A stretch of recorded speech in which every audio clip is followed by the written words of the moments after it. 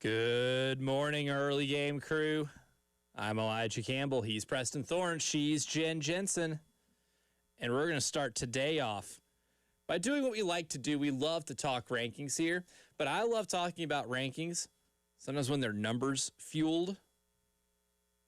I love metrics. Love stats. I love Bill Connolly's SP+. These are all your favorite things. These are my favorite things. It's one thing for just any bozo like me to write down a list of 16 SEC teams and tell you who I think is number 1 through number 16, right?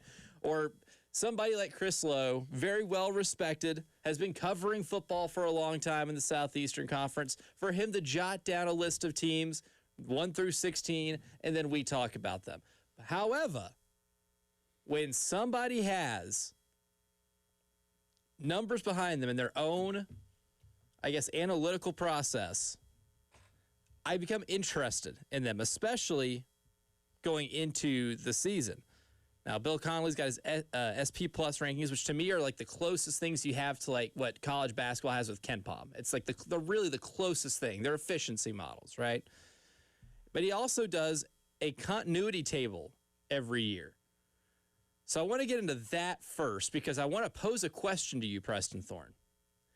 If you went 4-8 the previous year and you return a lot of players, do you think that is a good thing? Just in theory, without any other context. That is a very excellent question because one of the things they always talk about is that they have returning starters. But if you're returning from garbage, what are we returning? Are you excited? Yeah, does that excite you? I would normally say, no, it would not excite me in a previous era. However, this returning does not necessarily, it takes two things into account if I'm reading this correctly. It's for players that are returning who were at South Carolina and players who were returning who were starters at another place. So there's like a production issue with this also. So there's a little bit of new age to this. But generally, I would say, all right, cool, we're returning players from a team that wasn't good before. This is where my friend context comes in. Yes. Because if you look at his continuity table, South Carolina brings back the most production of anybody. And so let me stop you right there, period. I'm a Gamecock fan. Let me put my garnet glasses on so I can hear you better. Say that one more time. The South Carolina Gamecocks return more production than anyone in the SEC. Oh, man. I'm ready to go. Just slightly more than Texas and Oklahoma and Georgia, because they're all returning 68% of last year's production. Sounds like a SEC championship to me. Oh, but it gets better here. Return the most offensive production than anybody. Now, defensively, they are maybe a couple percentage points behind your Georgias, your Oklahomas, your Texases. But in the context, because with someone like Texas, Oklahoma, Georgia, you could be like, oh, yeah, hey, we're Georgia and Oklahoma. We made the college football playoff. Yeah, it's great to return 68% of your production.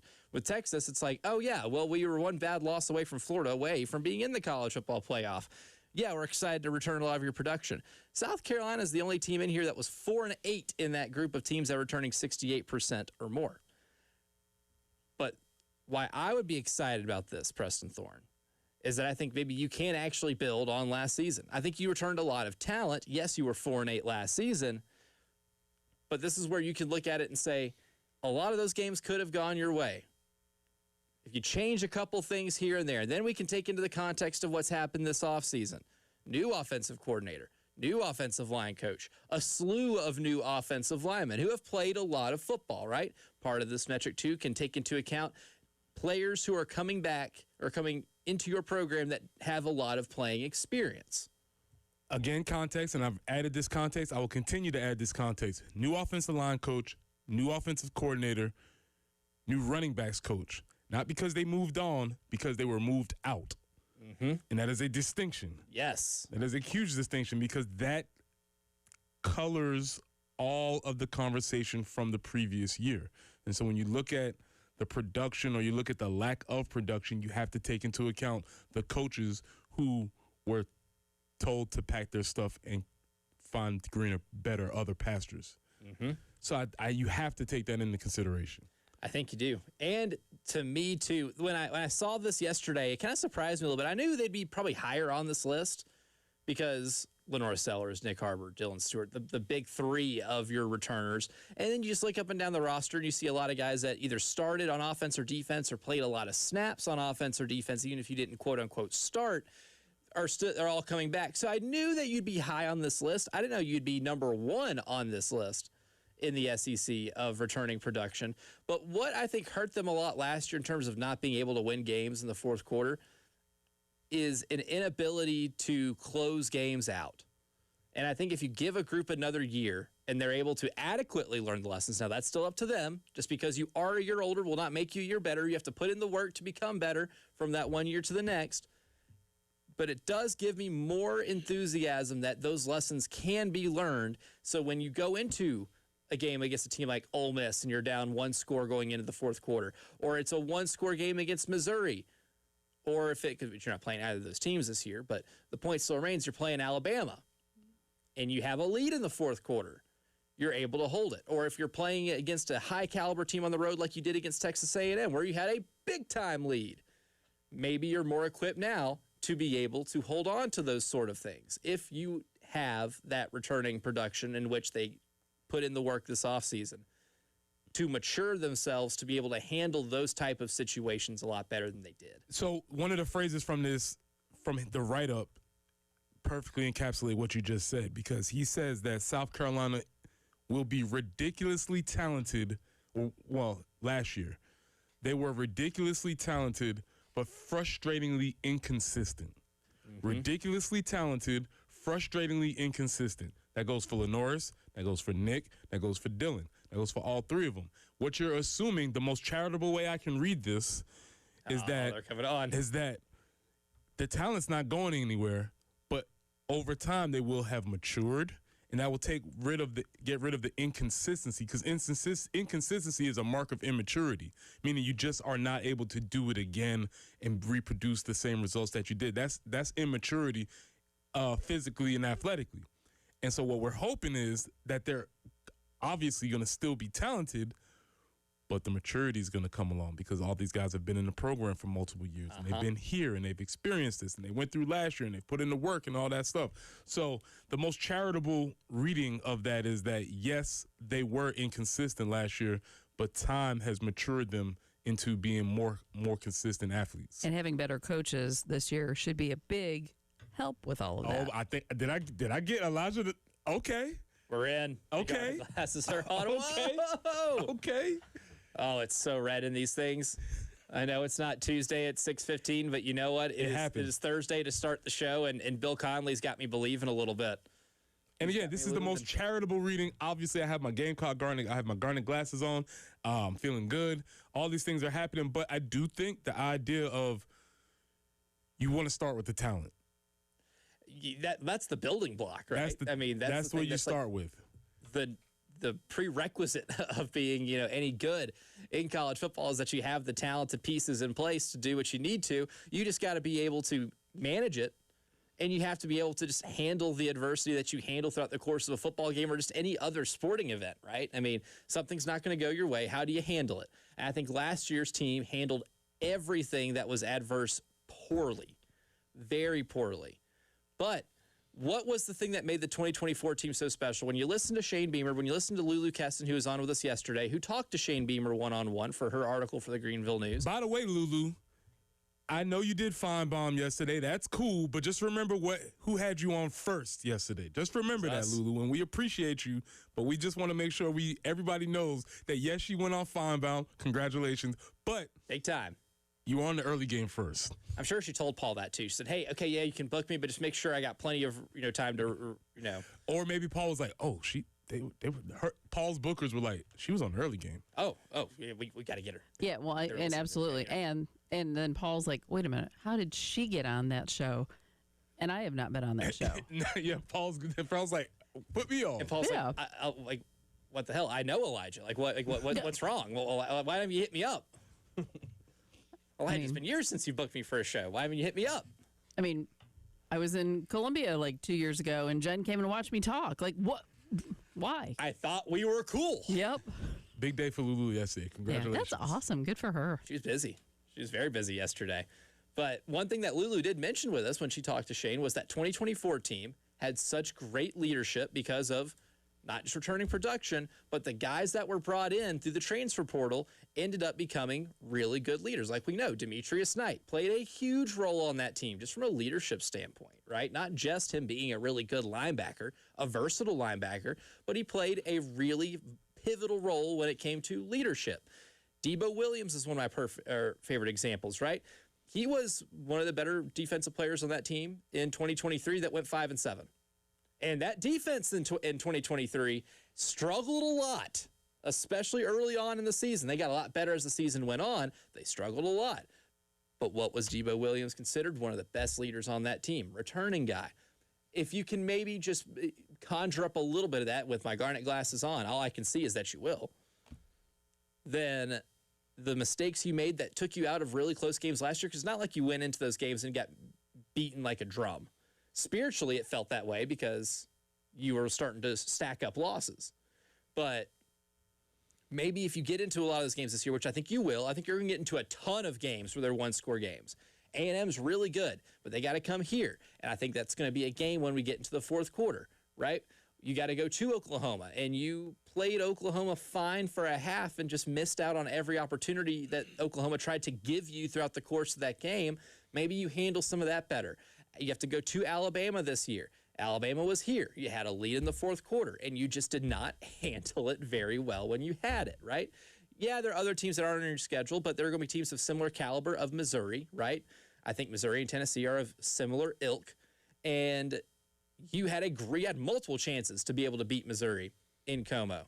If you get in a situation against Tennessee like that at home, can you seal the deal and close the game? I think returning production and experienced players that you bring in gives you a good foundation in which you can do that, or at least make your average fan believe you can do that. And that's all you want to do. You want to be able to feel like you have a chance. You want to be able to feel like in these games, because it's the SEC, and as you look at the projected win totals, somebody's not going to get these wins, because it's like I can't pull up the chart right now because I'm looking at it, and plus I can't see through these garnet glasses. But if I'm looking at this chart. Hard to. It's like 6 teams with 8 projected wins, and I don't know how math works, but everybody ain't gonna get all the wins. Yeah, that's where the projection part comes in, because in theory the computer says you should win. You have a certain amount of percentage to win this game, but you can't account for all the percentages here. They all have to play each other. This is like the good news, bad news thing. You know what the good news is, Preston Thorne? Mm-hmm. According to Bill Conley's model at SP+, which is a really good predictive model, South Carolina is the number 25 team in the country. That's the good news. I like that. I'll take that. Yeah. Top 25 victory. What does that put us at? Like 7 wins ish? Yeah. 7 to 8 as like a preseason projection. I like that, right? I like being ranked to start the season, and according to Bill Conley's numbers, it says you should be ranked to start the season. After being 4-8 last year, I think that tells you a lot about what talent does exist on this team. It just hasn't been fulfilled since 2024. The bad news is, Preston Thorne, is that's good for 11th in the SEC. 11th. Yeah. But you are similarly grouped to a lot of the teams that we said are in your group of 4, like Missouri, like Tennessee, like Florida, because Florida's 20 nationally. Missouri's 19 nationally. Tennessee is 16. So that is all within 10 spots in SP+. Those 4 teams that we've been talking about this week are all grouped together from a mathematical standpoint. Did Preston Thorne just become a proponent of expansion? Is that what just happened? See, that's when I take the glasses off. Oklahoma just did it. Can we expand this thing so we can get in the mix? so we can just have a chance and maybe we make magic happen at the end of the season? I don't know. But maybe the idea has been conjured up here on the early game. But coming up next, I think expansion is a good idea now. We have changed Preston Thorne's mind, and it hasn't been one full segment yet. But coming up next, though, that group of 4 that I talked about earlier with Tennessee, Florida, Missouri, and South Carolina, well, we talked about coaches, quarterbacks. Now it's time to hit up the edge rushers. How big of an advantage does South Carolina have?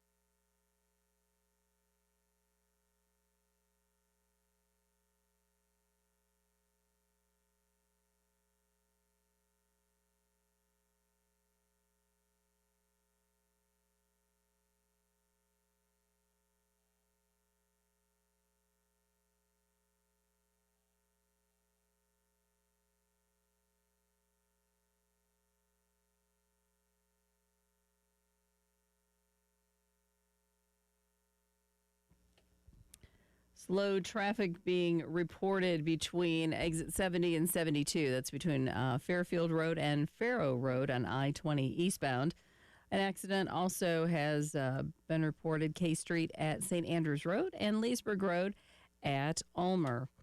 And as far as your forecast goes, the warming trend is about to begin. Sunny today, 91 for the high. Tomorrow, a high of about 92, but heat index will be about 97, and then the heat will be on the increase. Some scattered thunderstorms maybe later tomorrow afternoon or evening on Saturday and Sunday as well, but we will be in the mid-90s.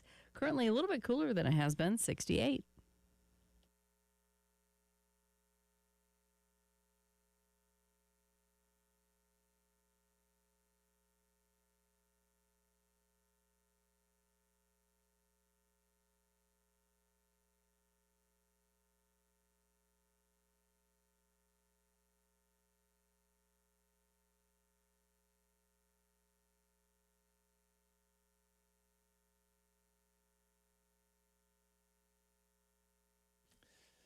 South Carolina, Tennessee, Florida, Missouri.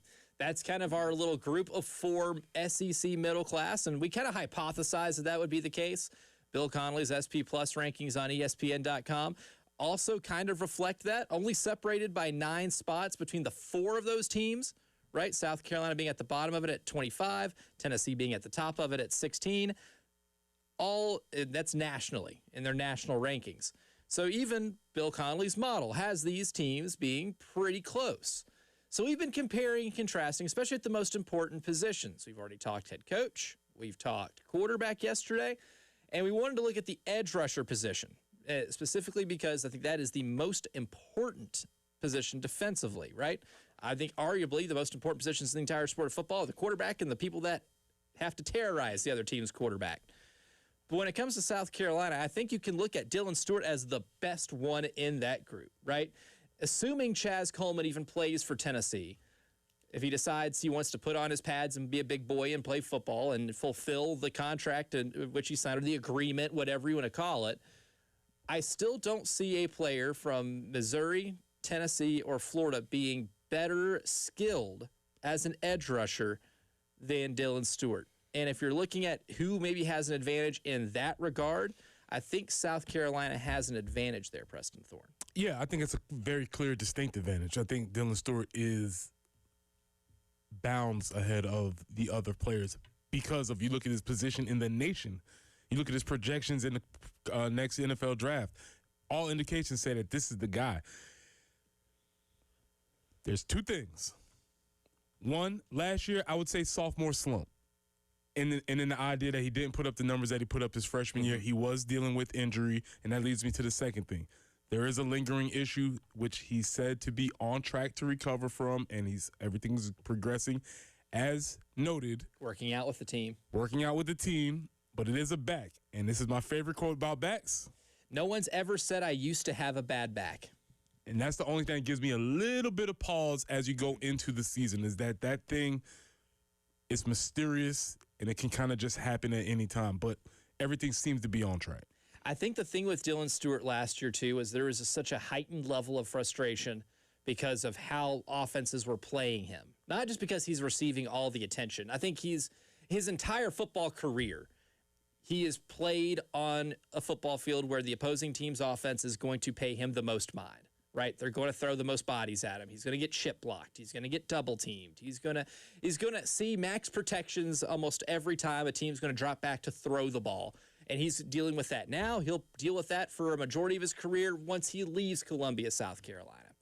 But I think his source of frustration was just he gets held a lot. And that's one thing, when you look at stats, especially when it comes to edge rushers, and you don't see a high sack total, but you see a high pass rush win rate, you can say, okay, well, you're winning at the line of scrimmage, the sacks will eventually come. Well, Dylan Stewart's pass rush win rate wasn't as good as it was maybe the year before, but also it's one of those things, if you watch the games, he does get held a lot. And if I'm an offensive coordinator and an offensive line coach, and I'm preparing to play South Carolina, I would kind of maybe take the same approach of saying, hey, if you can get away with holding him, do it until they call it. Or they can't call it every play. Yeah, that's the Pete Carroll DB approach to pass interference. Yeah, you're not going to call it every Are they single going to play. call it every play? Probably not. So we're going to do it as much as possible. But that's the maturity aspect of Dylan, because you see this a lot in young stars. We just saw it with Wemby. We see it with a lot of young stars that when the game, they're not getting the calls that they should be getting rightfully, not as if they're trying to flop or do anything like that. It takes them out of their element, and they're not able to lock in and focus and do the things that they need to do despite all of those other things going against them. So that's the maturity level of being able to play through whatever's not being called. Because at that point, it kind of just becomes a game within the game, right? Of, hey, I'm trying to get to the quarterback, but at the same time, this person's holding me. Is there any way I can get him back, right? Is there any way after a play I can get him back or anything like that? Like your mind wanders off from just maybe what the task at hand is. And you could sense a lot of that frustration with him last year. You could see it visibly, right? I think what's going to be big for South Carolina in terms of separating them from your Missouris, your Tennessees, and your Floridas, especially when you play Tennessee and Florida on an actual football field, which you will do in back-to-back games on your schedule in the month of October. One thing that can help is if he gets that assistance on the other side, right? Brian Thomas Jr. was good last year, and there's a reason that he's going to be playing in training camp for the Jacksonville Jaguars and is going to have a chance to be able to make his way onto that roster. But maybe you might have upgraded when it comes to Caleb Herring. Caleb Herring had a high pass rush win rate. He's good at getting to the quarterback. He had a little bit of a problem with missed tackles. But if you can get him to rectify that, he could be a really good weapon on the other side that helps you maybe take some attention off Dylan Stewart or Julian Walker, who I think might actually get that starting spot, because I'm a believer in that kid ever since when he was playing at Dutch Fork, that he can get to a quarterback. He can get anywhere he wants on a football field and tackle whoever he wants on a football field. I think he's one of those types of players. I just changed my own mind, and I'm going to go a little bit harder. I don't want to hear any more about holding Dylan Stewart. Because, at this point, yeah, it's because every great player gets held at the defensive line. What was the linebacker DN from Texas Tech last year? Oh, David Bailey? You don't think they tried to hold him every time? And how many sacks did he have? A nation-leading 17.5. 17.5 sacks.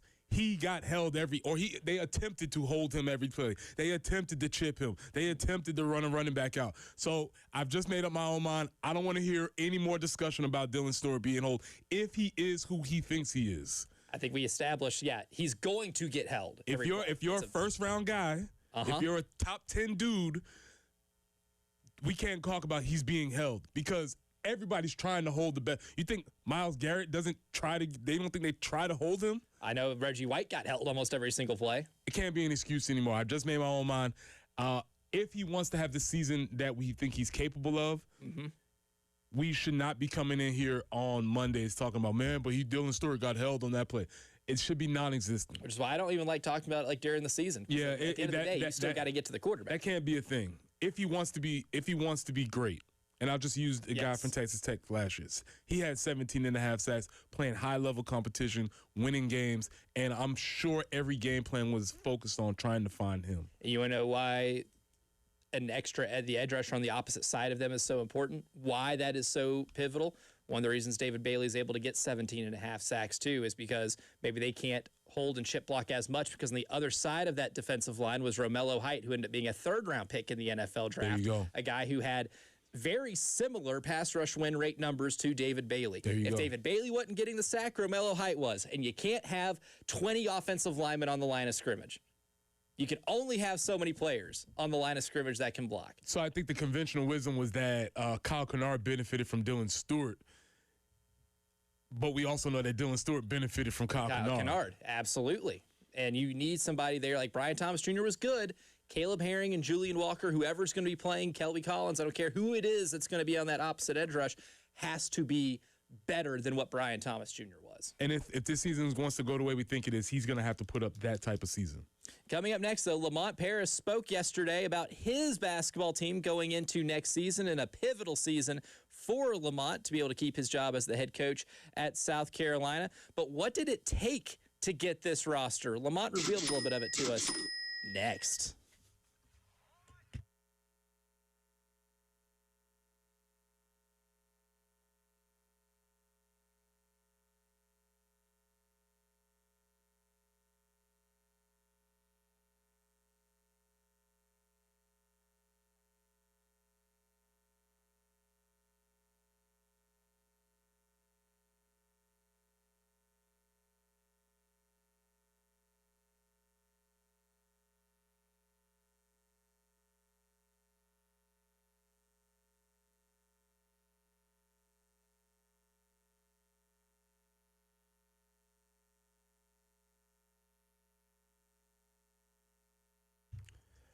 Preston here. Summer's here. It's getting hot, and your HVAC system needs to be in prime working condition. It's going to be working overtime. It's going to be working hard, and the hottest part of the summer hasn't even hit yet. So you need to call the folks from AAA Heating and Air, where they make your home comfort their top priority. Don't wait any longer.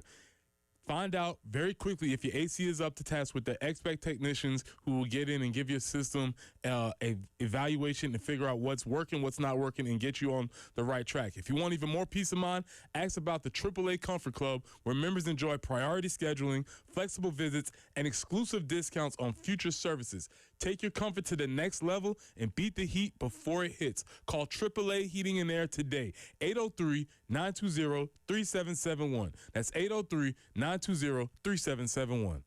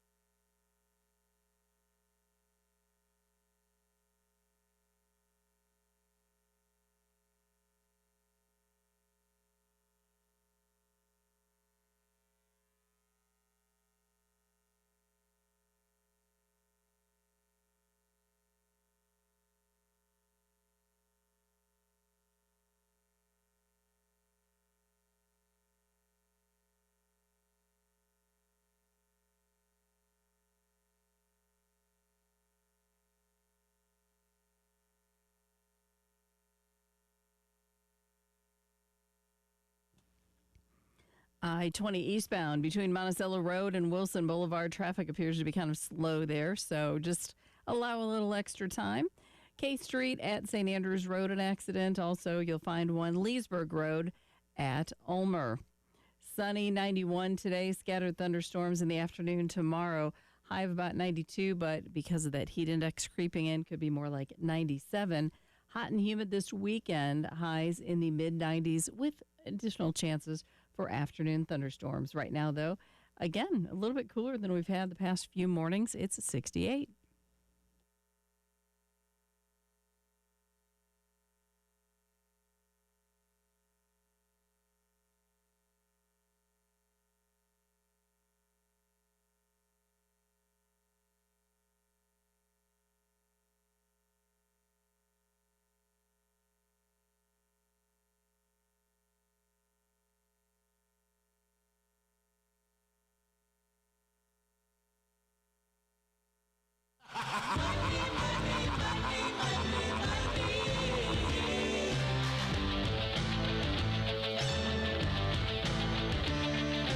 Everybody's got a price. Everybody's gonna pay. 'Cause the $1 million man always gets his way. Oh, there are some $1 million men here on this South Carolina basketball roster. Because it's a lot more expensive now than it ever has been. We are kind of reaching a bubble when it comes to basketball rosters. I've talked to, Ben Portnoy from the Sports Business Journal, and he brought up a really good point to me once that, we're getting to a point where basketball is a historic revenue producer because of its postseason, format. The NCAA men's basketball tournament is the most lucrative television contract in college sports. So if you're making it, it could be a really good revenue producer. And now that's starting to lose that because of how expensive the rosters have become. Coaches have a saying no problem for a lot of these guys, right? And that's what's kind of inflating the market. That's why you've seen, your average SEC team spending maybe $4 or $5 million a year in a roster too. If you're not spending at least 10, you're behind, right? It's ballooning. And I think what South Carolina is living in right now is the perfect embodiment of that example, right? The cost of labor now has just gone through the roof. I just had in my mind we're gonna do a reality show. It's gonna be Dave Ramsey-like. And you're going to bring in Dave Ramsey for college coaches? He's just going to go through the bunch of you shouldn't be spending that. What are you doing? I'm going to sit here and be like, all right, so he averages 3 points per game. Yep, that's right, Elijah. He shoots under 30% from three. Yep, Elijah, that's correct. He has 0 offensive rebounding capabilities. Yep, that's right, Elijah. He can't guard the chair I'm sitting in. Yep, Elijah, you're correct. And you paid him $3.5 million. Yes, Elijah, I did.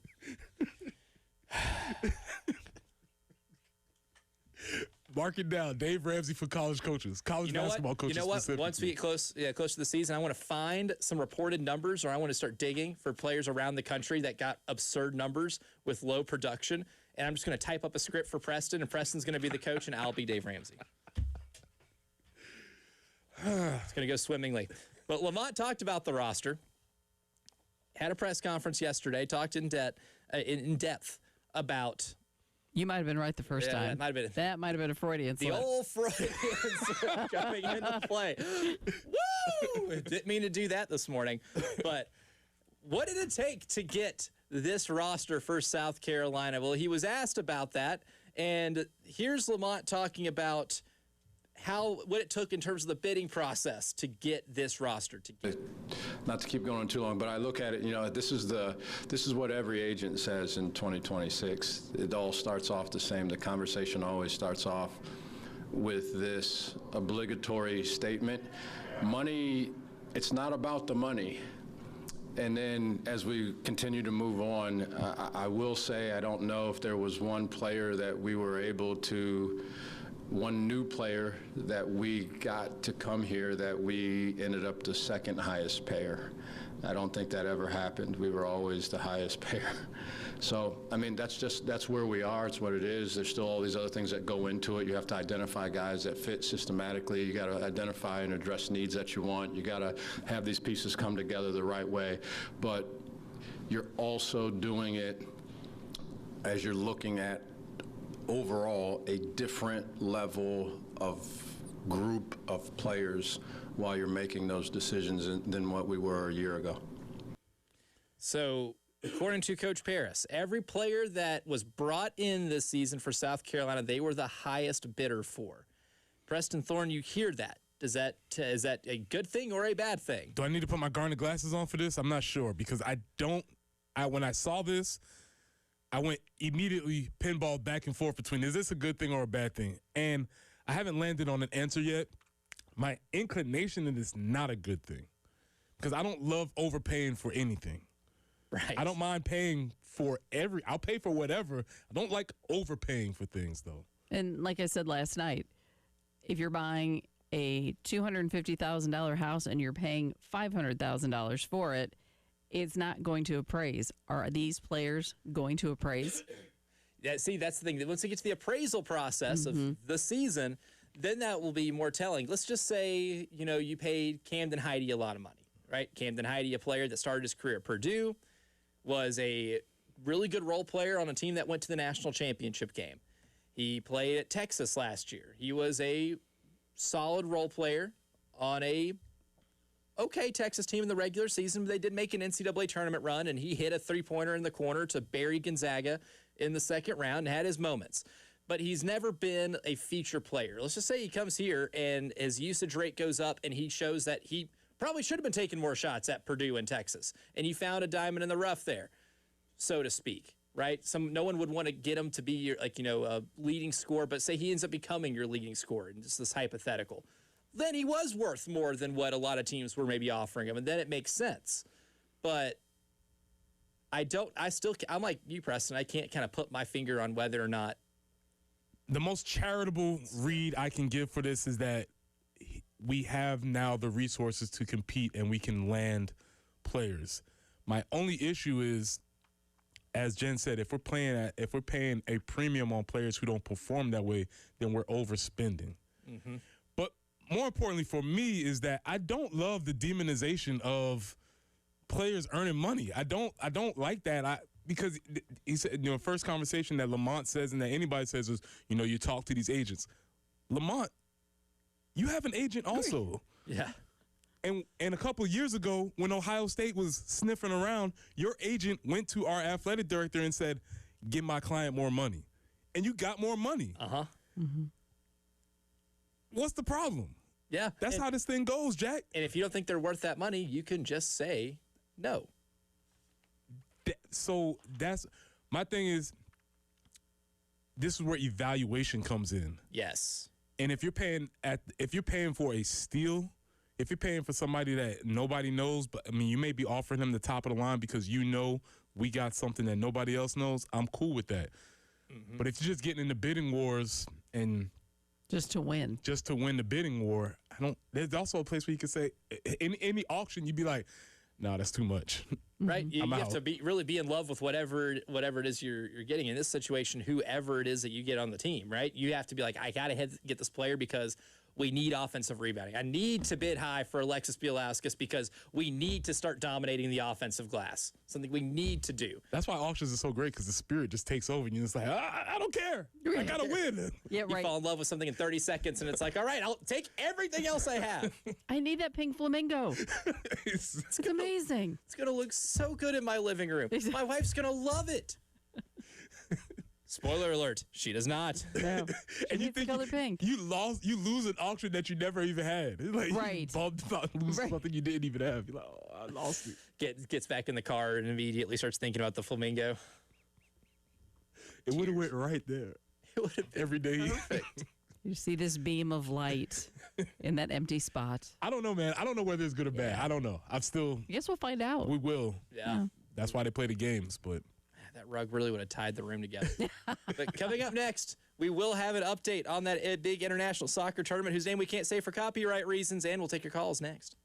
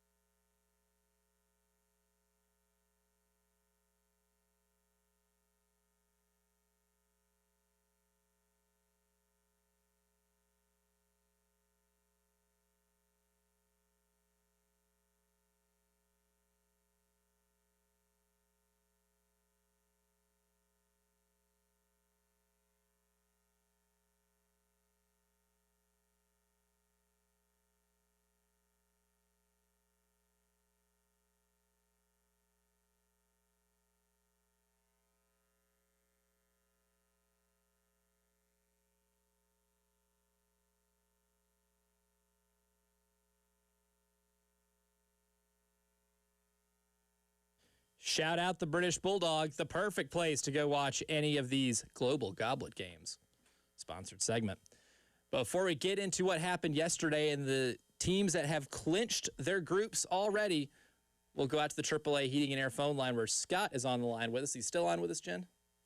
He is not. Okay. Well, Scott, we'll get you later, buddy. We'll get you later. Appreciate you calling. Yes, always appreciate the call. So we'll just get to the update then.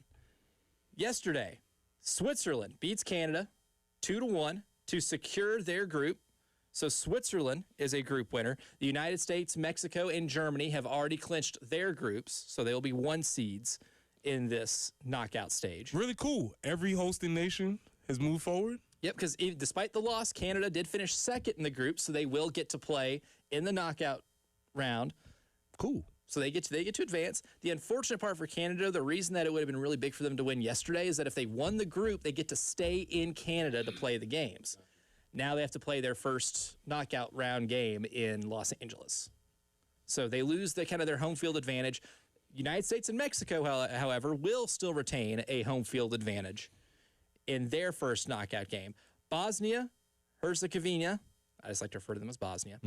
They beat Qatar 3-1 in Seattle yesterday, which secures their 3rd place win, which means they're likely to advance. Now, remember, we have a bunch of groups. Only 8 of those 3rd place teams, the best 8 3rd place teams, will get to advance to the knockout round. Bosnia is slated. Now, it's like a 99% chance that this happens, but barring a doomsday scenario and Bosnia gets bounced, Bosnia will be playing the United States. That's the most likely outcome here. They're like, I saw a list this morning of like 20 different things, 20 scenarios, and I'm not going to spend the time to read all of them to you, but there's like 20 different things that can happen, and if only one of them happens, Bosnia will be playing in that spot against the United States in the first knockout stage game. And, my first question, I don't know a lot, but can you give me some comps for Bosnia? Give me like a SEC comp maybe? Oh, man. Probably. Let me ask a better question. Are they in the same weight class neighborhood as we are? No, I think it'd be like playing UTEP. Conference USA. But like. All right. Okay. That's what playing a Conference USA opponent. That's what I needed to know. The United States should beat Bosnia. That's what I needed to hear. That is an absolute should. Morocco beat Haiti 4-2. Brazil shut out Scotland 3-0. Now Scotland's going to finish 3rd in that group. They went 1-0-2. Now, it still remains to be seen if they will be one of the 8 third-place teams. And why this is important is because I did say I would wear my kilt on air for an entire show if Scotland either beat Brazil. They most certainly did not yesterday. That did not happen. It did not happen. I didn't think it would. Or just made the knockout stage. They have a chance to, but they're going to need some help. My question for you is, you want to wear this kilt? I do like it. You want this to happen? It's surprisingly really comfortable. I wear it around the house. It's like a bottom robe. Yeah. Oh, absolutely. A robe for your bottom. Feels great. It feels wonderful. And I paid good money for it. So if I can wear it, I most certainly will, even if it is for a bit. But the shocker yesterday, the absolute stunner, was that South Africa upset South Korea. Ooh. Upset South Korea, and they will advance to the knockout stage because I think that win over South Korea puts South Africa ahead of South Korea, so that guarantees South Africa finishing 2nd in that group. So Mexico, they beat Czechia 3-0. They already won the group. It didn't really matter. So Mexico finished 1st in that group, South Africa 2nd, South Korea 3rd, Czechia last, the only one that did not win a game in that group. But that was certainly an upset. I did not see that one happening at all. I have no commentary on that except both of those nations produce 2 of the most dominant forms of music in house music with South Africa and K-pop with South Korea. K-pop was a big thing. House music is huge, South Africa. I do not know I don't think I've ever listened to any South African house music. Huge. Big deal. Interesting. Tonight, though, the United States will play Turkey in what will be the most inconsequential global goblet game the United States has ever participated in. The most inconsequential. Why? Because they already won the group. So no matter what happens tonight, I think you're going to, any of the players for the United States that have yellow cards, I don't think you're going to see. Christian Pulisic says he can play. I wouldn't play him because I don't want to risk any type of re-injury. You need to be as healthy as possible and let the clean slate of yellow cards be cleared by the time you get to play in that first knockout stage game. However, that game is tonight at 10 o'clock.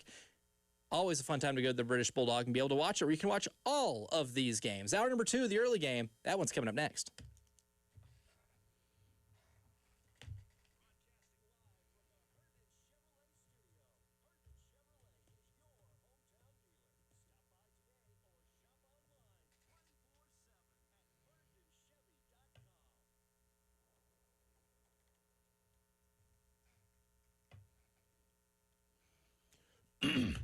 Preston here for the men's clinic. Listen, you've been working out. You've been trying to get yourself together since the beginning of the year, and you still haven't gotten the results that you feel you need. Well, maybe it's time to call Dr. Dan Baltnight at the men's clinic. Dr. Dan Baltnight, an actual human being, will get to the bottom of whatever it is that you're feeling. He'll bring you in. You'll get a free consultation, get your T levels checked, and then from there, they'll figure out a plan and a program for you. At the men's clinic, you'll find a non-threatening, comfortable environment where, again, your concerns will be taken to another human being. Not a chatbot, not an AI system, not virtual reality, an actual person. So call the folks at the men's clinic at 803-875-MENS. That's 803-875-MENS, or visit them online at mensclinicsc.com.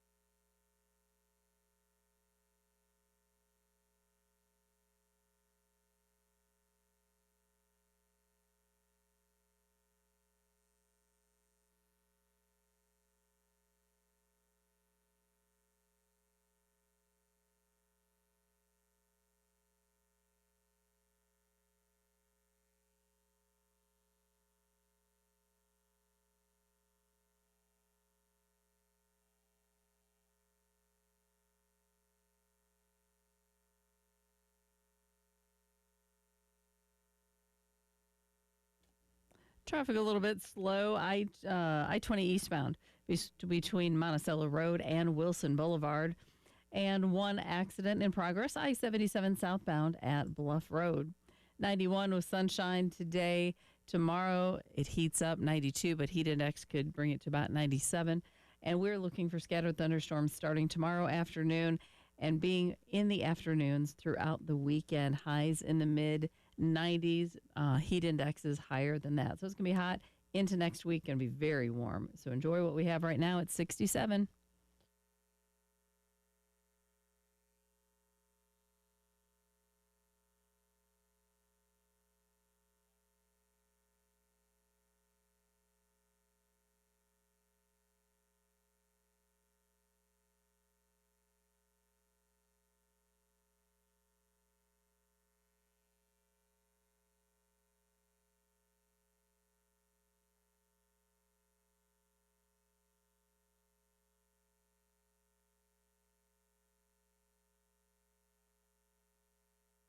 Hour number 2 of the early game starts right now. I'm Elijah Campbell. He's Preston Thorne. She's Jen Jensen.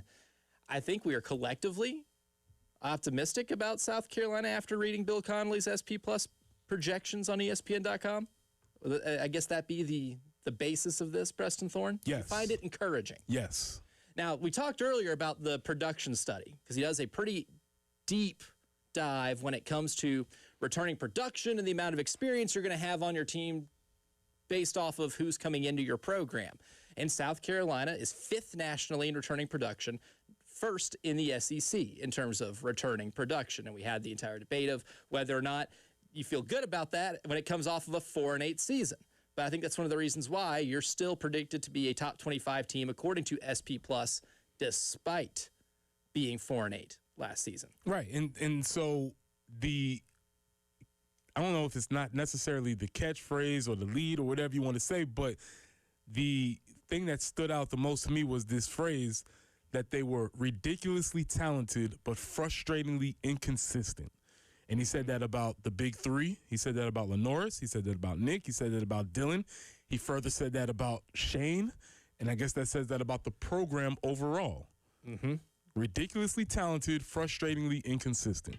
Now, like any good therapist, I want to say, let's unpack this, right? All right. So the first paragraph in the write-up here that Bill Connolly has, I think does sum up what the frustration in the fan base is, right? Because I don't think anybody's had a problem with the talent. I've not had a problem with the rosters you brought in. I've been excited about all of them since I have been here. There's not been one year I've looked at it and I said, I don't like what you have. There are obviously going to be question marks every single year, and those question marks may vary. Seemingly here, the offensive line is always going to be one. And it's a trend you're hoping to change after this season. But like every roster, there's always going to be some question marks here or there. But for the most part, since I came to town in 2023, I've not had a problem with any of the rosters, right? I've always thought you've built something that should put you in good contention to win a lot of ball games. But here's the first paragraph in the write-up. Beamer's 5 seasons at South Carolina have been frankly exhausting. He won 7 of 9 games at one point, then lost 7 of 9. He has had stretches of 5-1 and 6-0 and stretches of 1-3 and 1-6. In the past 2 even-numbered years, 2022 and 2024, he has gone 17-9. Last 2 odd-number years, 9 and 15. You know what next year is, or this year is? Last time I checked my calendar, Preston Thorne, is 2026. Even number. It's an even number. And it's a year of all kinds of unexpected surprises in 2026 and a lot of things, as we've discussed. It's a Kevin Garnett year. The year of the KG where anything is possible. And Anything's possible. actually, sorry, I was hearing I think a Debbie Gibson song. Wow. That's scary. Okay. Keep going. I just saw your hair get all of a sudden Jen has on neon and her hair got teased. What happened? Like Jen just went in a time machine for like 15 seconds. You got to work. Really, we need to have mental health breaks here because you just kind of don't want to know what's going up here. Well, technically, the rooms here are a little padded, but it's for soundproofing purposes. But I guess so they say. 2 birds, 1 stone, I guess. So we're in the right place for that sort of thing. Absolutely. Okay, shiny object over. Go ahead. But for South Carolina, too, 2026. So Bill Connolly does make it's possible that it's an even number year. Therefore, South Carolina will be good, is all the analysis you need. But then he goes, let's pretend for a moment that it's more complex than that. And then he goes through just the entire rundown. But you read the rundown, and I feel like it is like what we talk about here on a daily basis, right? There is reason for optimism because you like the talent that's here. I think this brings me back to 2 things. One, your offensive line, which is, again, the common theme of the entire summer. But 2, I think what's one that we just haven't gotten to talk about enough just yet, do you have enough veteran leadership that when things get hard in a football game, you are able to overcome whatever adverse situation it is? Are you able to hold a multi-touchdown lead against one of the best teams in the country, unlike the Texas A&M game? Are you able to manufacture enough points when you're on the road in a hostile environment, unlike the LSU game? Are you able to take advantage of when a team tries to give you every opportunity to get back into the game, unlike the Oklahoma game? Are you able to secure a 1-score win when you have a lead in the last couple of minutes against a big-time opponent at home this year, unlike last year when you played Alabama? There are a lot of those things that these games were won within very fine margins that inexperienced teams lose. you had some experience last year, but you were younger than you were in 24, and you lost those. This year's a year in which you return a lot of production. This year's a year in which you brought in a lot of players that have high-quality experience in playing college football. Is this a year where you can take those lessons from last year with your returners and have your newcomers be experienced enough and good enough leaders to be able to make sure that you don't lose those close one-score games that you did last season? Let me give you both sides of that equation. They brought in players who have played a lot of college football. That's awesome because they're experienced, they've played. They're not going to be thrown off by the gravity of whatever college football is. They're not young.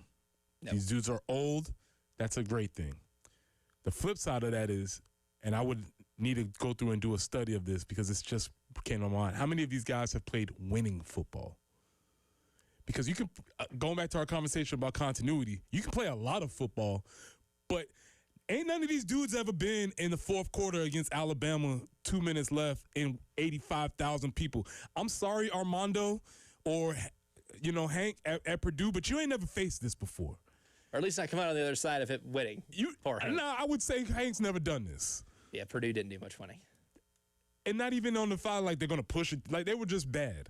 And so, yes, he's played a lot of football, but this is a different thing. And so what you're hoping is that they're able to translate that and not make the moment too big for them. And that's why I go back to the coaches. I do feel as if you have more capable coaches who are able to coach them through any of the uncertainty or lemon booty that might arise in these moments, and you can kind of help them work through those things. And when it comes to the inconsistency thing, too, that's another thing that I take away from this the most as maybe the biggest concern that someone like Bill Conley, who looks at this through a numbers perspective, that he points out, because with Dylan Stewart, his pass rushing numbers were down, but his run defense numbers were better. And if you just use your eyes, you watch the games, you could say, hey, Dylan Stewart was better in the run game, wasn't getting the quarterback as much as he did his freshman year. With Lenore Sellers, it's clear numerically and visually that he was not in the best position, and he also regressed a little bit when it comes from an accuracy standpoint, right? There were some games, yes, where he ran for his life. Also some games, like in the Ole Miss game, where he missed some layups, right? Still a consistency thing there. With Nick Harbor, he had his best individual season, which is great. But there were also some games where he had a hard time getting him the ball. Not great, right? The perfect play is the last play against Clemson. Lenore's drops back. We're about to make a run, I think. First pass, Nick Harbor off his hands, touchdown.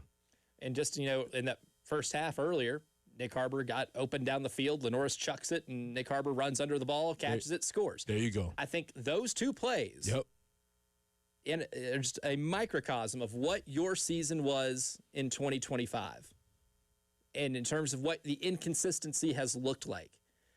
But what are the biggest keys of getting that together to where you're not having such a duality of man between your three best players throughout the course of the season when you know what the upside looks like? Like, we know what the upside of Lenore Sellers looks like. It's throwing for 300 yards against Missouri in 2024. It's running all over creation against Clemson in 2024. We also know what the upside for Nick Harbor looks like, which is 21 yards per catch, which it was last year, which are deep play explosives, which is using that, track speed, like Olympic-level track speed that he possesses with his size. We know what the best version of Dylan Stewart looks like, which is a player that got to the quarterback just whenever he wanted to in 2024, especially when he was fully healthy. How do you get those versions of those three players to all coexist at the same time? Because if that's able to happen, Preston Thorne, then you're talking about seeing what the best case scenario is for this specific group. Well, what you're talking about is being a pro. Being a pro is being able to raise not your ceiling, but raise your floor. How good are you on the bad days, right? How good are you on the days where you don't want to do it? How good are you on the days where you don't necessarily have it? How consistent can you be? I feel like a lot of people can get to the top of anything, right? You can always reach very high, but a pro is able to be good when they don't feel great, or able to perform when it's not all working together, and when all the conditions aren't optimal. I can still get the job done, and that's what you're hoping maturity is for these These players, they've been around for a long time. They've played a lot of football. We don't want to see as many lows as there's been in the past. The maturity connection's a big one there, too, because so far this offseason, it's a long offseason. It feels like it's already been a really long offseason, and we still have more time in this offseason. We're not even at media days yet. But the maturity part, I think, is one that we just haven't really gotten to a lot yet, and that may be one of the more important ones. Maybe that's the difference between leading 30-3 at halftime against Texas A&M and then finding yourself losing by a point at the very end of the game, right? Like maybe that's the difference there, is that you just couldn't stop the bleeding because mentally you could not get over the hurdle of A&M punching you back, right? I think that's a big part of that equation. One of the reasons maybe why you weren't able to close out a lot of games last season. But one thing I noticed here too, because I love to read a lot of his write-ups here because you learn a little something. He finds a really good deep dive nugget here. I'm on All-American watch, but not for any of those three players. Preston Thorne, Vicari Swain. I did not realize. I knew he was much better in coverage last year, that he was improved in coverage, and we all know what he can do returning punts. But he did cite in this article here that the QBR allowed for Vicari Swain, so when a quarterback is throwing in the direction of Vicari Swain, what that quarterback's QBR is, which is QBR is a scale of 0 to 100, is 9.2. That's the context I needed. I didn't know that. QBR is 0 to 100. It's like getting a test, getting a score on a test. 9.2. Vicari Swain is a lot better in coverage than he was when he first got here to South Carolina. There's been some development there, and if he can carry that over there into this year, say that he has a similar number. See that QBR number is even like 14. Hard to sustain a 9, right? And he gets a couple of interceptions, and he runs a punt or two back for a touchdown this year, or has a high average in terms of what he's doing whenever the ball's in his hands on special teams. We are looking at somebody who's maybe All-American caliber. And he was your breakout guy. It is. It's on record. You said it. That's right. This week. That was this week. I think it was. It's all runs together. I don't know what day it is. You get to the dog days of summer. Is today Monday? Is today Thursday? I don't know. The summer in sports talk radio can sometimes be a state of psychosis. But I did say it at some point. I just didn't realize that QBR number was that low, Preston Thorne. That's incredible.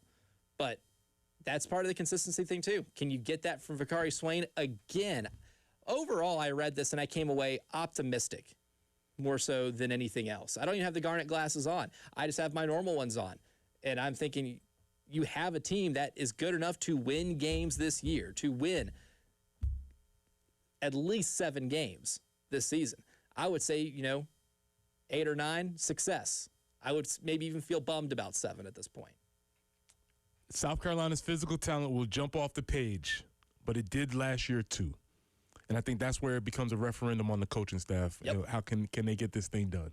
I think that's the best way of putting it, that this season will become a referendum on the coaching staff in managing that talent. You did the first part. You got the talent here. Can you manage it enough to get W's in that column? Coming up next, though, it's the early game morning meeting, and there is one specific team in this global goblet that is more SEC than you might imagine.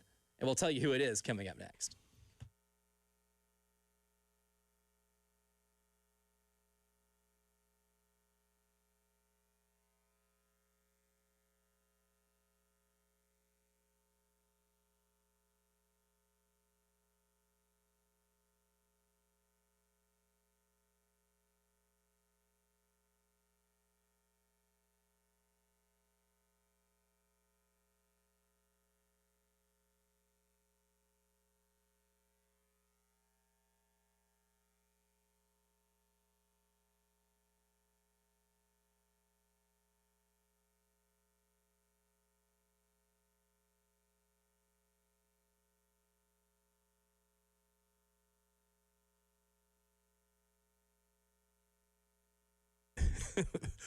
Press here for our friends at Absolute Glass, the premier glass company of the Midlands, offering auto, home, and business glass repair.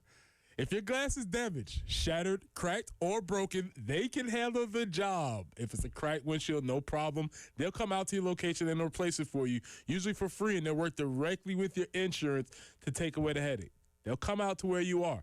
If you're at school, if you're at home, if you're at work, you have a cracked windshield, Absolute Glass will come out to you and take care of the job for you. Now, if you're at home, you're looking to increase the value of your home, Absolute Glass can take care of that for you too.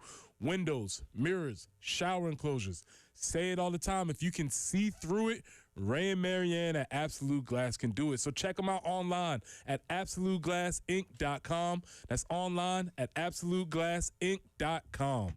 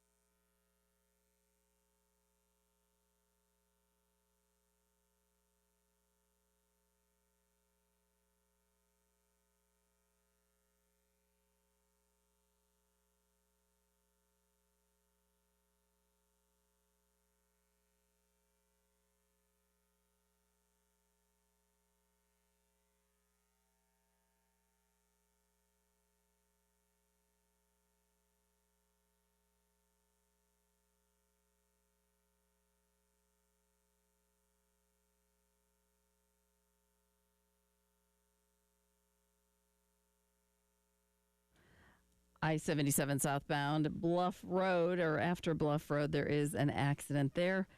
Sunny and 91 today. The humidity ramps up starting tomorrow. Projected high of 92, but heat index could get over about 95, 96. Scattered afternoon thunderstorms will be a pattern starting tomorrow and throughout the weekend.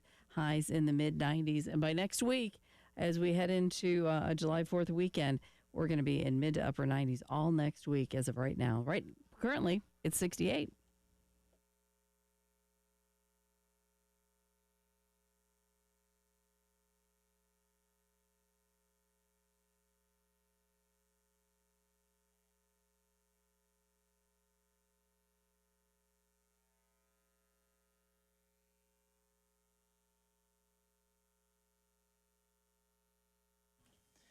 If there's anything that the World Cup, not sponsored, has taught us, it's that fans across the globe in any sport are more like each other than we might have ever realized before this event. And the nation of Ghana has produced us a couple of great examples that maybe they're more like the SEC in fandom than we might have thought. And that's what we're going to discuss for today's morning meeting. Good morning. Culture. Repeat after me. Today will be an awesome day. Let's go. Good morning, great today. Today will be an awesome day. Good morning, great today. Today will be an awesome day. Nigeria don't play nobody, Paul. South Africa don't play nobody, Paul. Egypt don't play nobody, Paul. Maybe Ghana soccer fans are more like SEC football fans than we ever could have imagined. Way more than you imagine. When you hear this, I just want you to picture some of the frustrations that you've had, some of the feelings that you've felt, some of the things that you've said, and just say, "Oh, I 100% can relate to these fans." And to give you an idea, so we're going to hear from some Ghana football fans. Look at me, I called it football. Look at this. Look, what has this done to me? I like it. They drew with England 0-0, which to me is a win. And their other result was a 1-0 win over Panama. And I did end up watching that game, and that was a goal they had to score late to win that game. They were flirting with tying with Panama. Now, Ghana's had a pretty good soccer history. I think that's probably the best African nation, at least to me, maybe the most consistent, right? So they have high expectations going into this. Jen, this will be cut 16. This is, throughout the course of this run so far, this is a fan that is not so pleased with how his team To be very quickly, Jen, this is pre-England draw. Yes. Post 1-0 win. Over Panama. Post 0-0 win. There is no hope. What do you think of the Ghana team? This team sucks, man. Why? Because this is the worst team we've ever had. There is no cohesion in the team. Like, nothing is going well. We can't even put passes together in the front. This is terrible, man. We play better football than this. I don't even know what to say. I'm shocked. Is this a problem of the coach or the team? No. Okay, so this coach just came in just a few weeks before the tournament. And before that, we were playing poorly anyways. We lost like 6 of our 7 friendly games. What's the hope for Ghana at the moment? Which player? To be honest, there is no hope. Because even this performance going into the game against England, and I'm like, we're dead. Even Semenyo is not your hope? The problem is Semenyo is up there. As you can see, he did not touch the ball for like 20 minutes. If the midfield is not good, there's nothing, there's no feet going. So even if we had Haaland or Ronaldo, our 9, it's still not going to change. There's no hope. This team sucks. After they won. That was after the win. There's no more SEC thing than to win a game and feel worse about your squad. And you have to see the visual, because the visual is awesome. He's draped out in Ghanaian merch. He has a flag on. He has a T-shirt on. He's obviously a very proud Ghanaian man.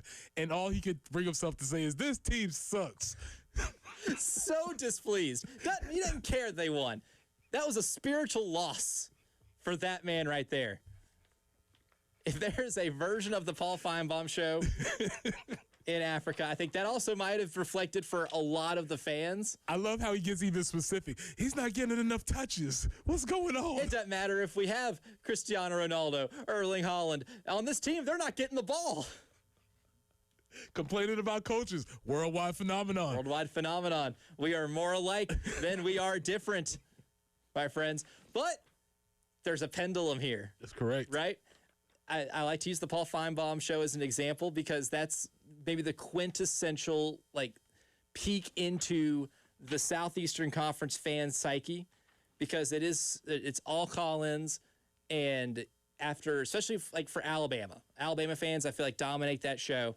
When Alabama wins by a lot, They're going to call in and they're going to take their victory laps. When they lose, it's the end of the world. If they barely beat a team they were supposed to blow out, it's the end of the world. Nick Saban, even famously, even if we win games, it's not by enough. A little frustrated. That he would go on those type of tangents. So that was the negative side. I think that changed a little bit whenever they drew 0-0 to England in the following game. Here's what the happy Ghana fans sound like. Very well. They play very, very well. We didn't expect this performance. They've done very well. I feel very excited, Our players play very good. I wish they could play this, they could win the cup. Oh, I really appreciate our keeper. I appreciate him. He did well. He did well.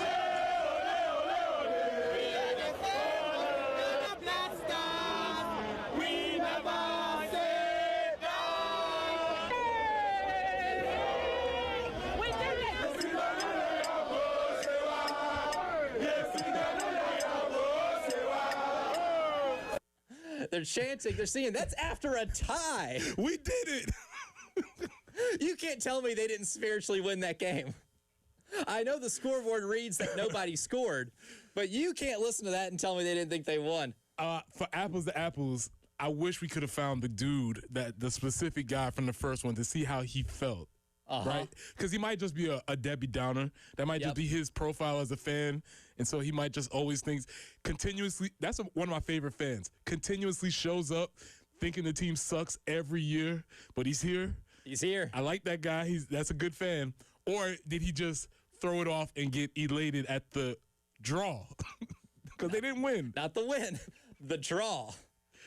Or does he like sit back sometimes like our fans after you say something that's obviously wrong and you just got to kind of sit back and be like, okay.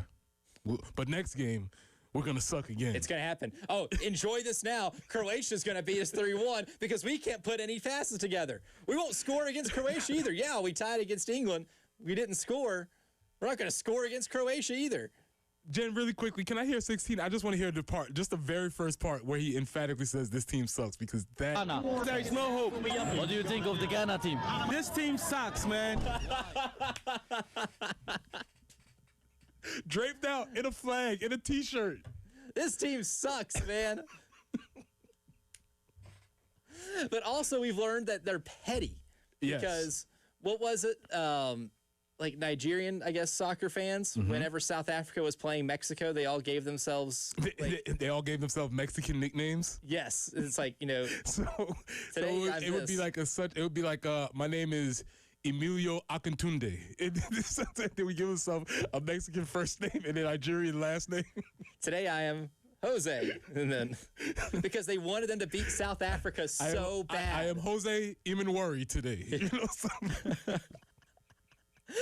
They hate South Africa so much. It's such a big rivalry that on that day, they all gave themselves honorary Mexican names because they're honorary Mexico fans for that game. So they're pessimistic. They are overly optimistic. Very passionate. Passionate. Petty. Sounds like the SEC to me. The world is more SEC than we thought. And that's the lesson of today's early game morning meeting. If the World Cup, not sponsored, has taught you anything, it should be that, yes, we all may be different. Culturally, we're all different. But you know what one thing we all have in common is? Being mad or elated over our sporting events. Our coaches can't coach. We can't complete passes. He needs more touches. Why is this guy on the bench?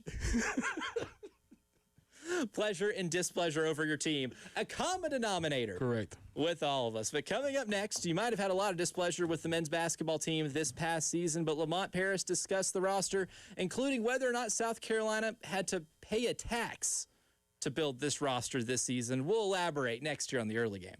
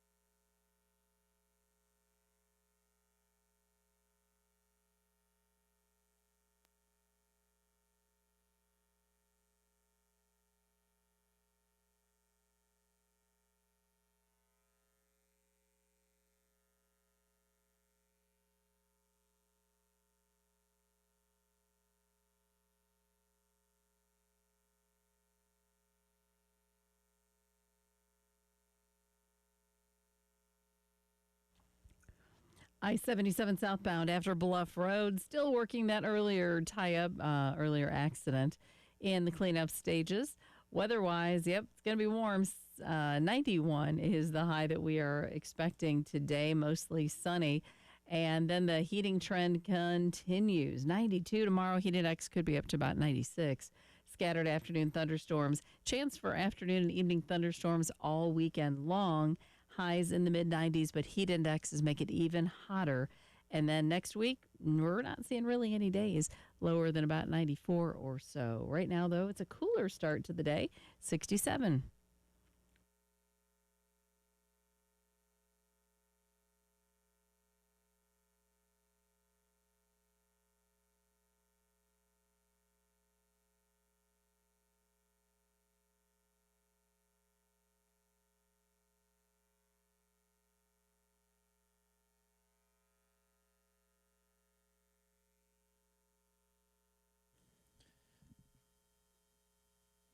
The last 2 years for the South Carolina men's basketball team, not great.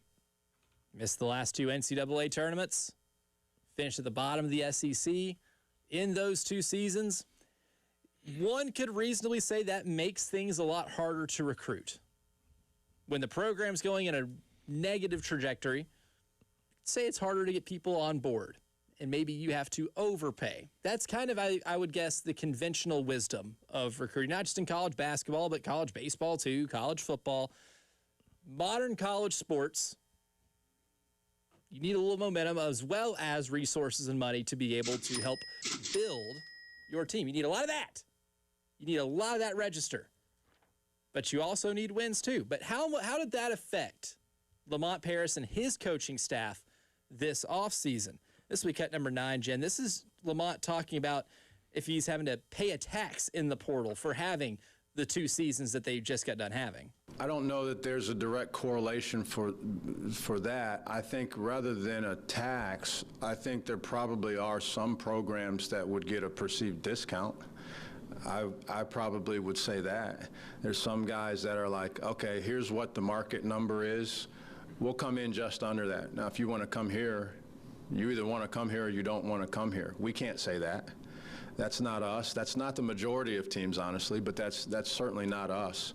And so rather than it being a tax for us based upon that, I do think there's a discount that's out there for certain programs. And so, I mean, I think the wins and losses, that's a normal recruiting thing that you have to overcome. It always has been. You know, it was in year 2. We lost a lot of games in year 1, and we came back with a team in year 2 that was able to win the most games regular season ever. So that's part of coaching and recruiting. I love recruiting. But when you get into those conversations and your number is lower, those conversations are very short conversations. We had some long conversations. We were able to alleviate some of those concerns for people. So I think we were competitive in the market. I think we also then won some of those battles for a variety of reasons. I do take a little bit of encouragement saying they were competitive. Even on the ones you didn't get, if you're competitive, you give yourself a chance to win a lot of those recruiting battles in terms of transfer portal players. But I think my biggest takeaway from listening to that, Preston Thorne, is the idea that maybe it's not a tax on the teams that have been losing the last couple of years, but if you're a team like Duke, Michigan, pre-Dusty May departure, or Arizona, or insert any team that has been playing in the Elite Eight, Final Four, National Championship, you name it, maybe you can get away with lowballing an offer because players want to go to a place that might be producing a lot of NBA players or finding themselves playing in one of the last 2 weekends of the college basketball season.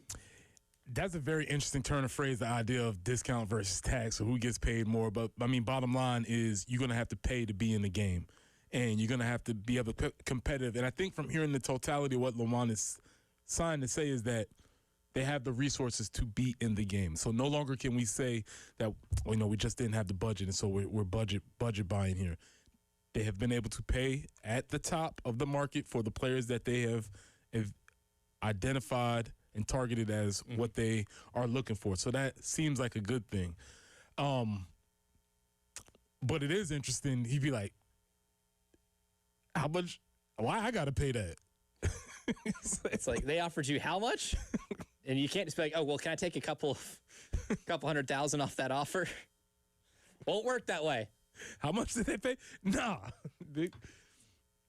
But I get it, man. Listen, everybody wants to roll with the winners, and I think what Lamont said at the very beginning is that's always been recruiting. It's always been more difficult to recruit people to a losing proposition than it is to a winning proposition. That's how the cycle keeps ending up going. So you've always had to overcome it.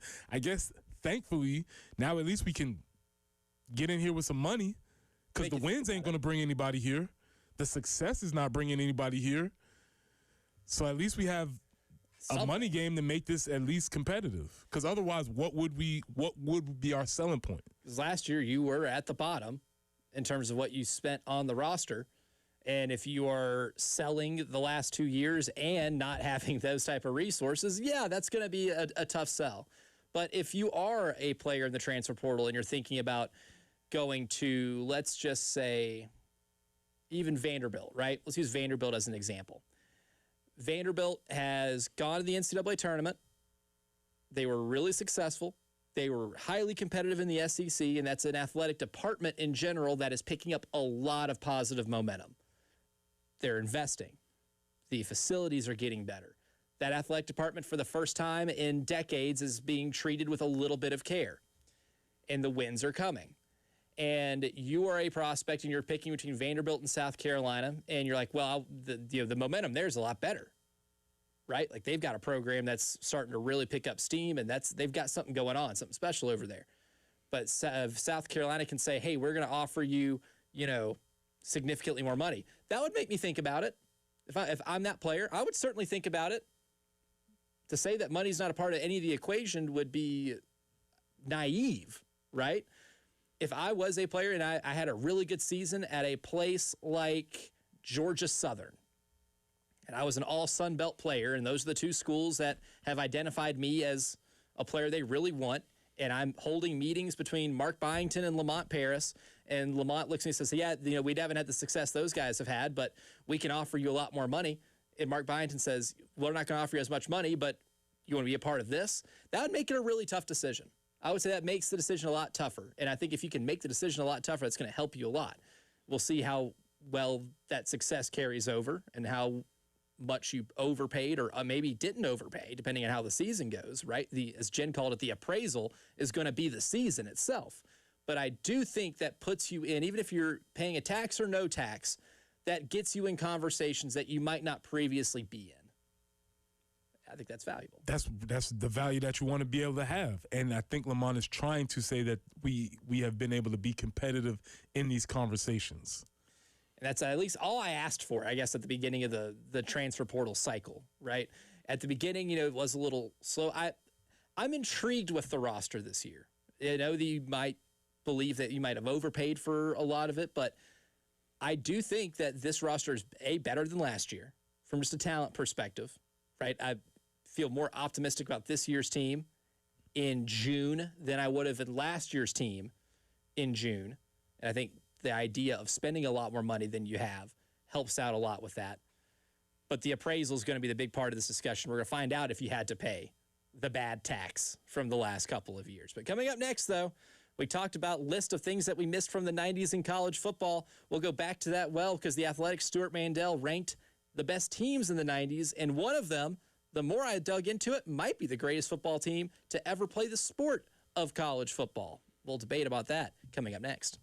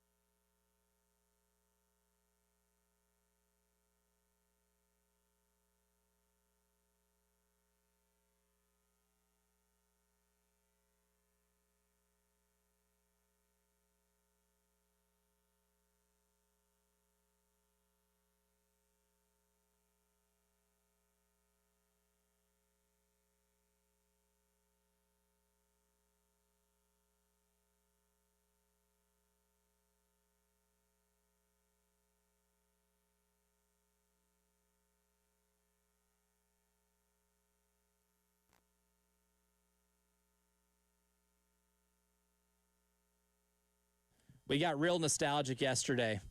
So friends over The Athletic, my pal Joe Rexroad did the 90 things he missed about 90s college football. And I went down the rabbit hole a little deeper. Stuart Mandel did a list of the best teams in the 90s. And I'm going through and reading a lot of these and kind of, refreshing my 90s history. Again, born in the decade, not old enough to remember a ton of it. But I did see number 1 Nebraska.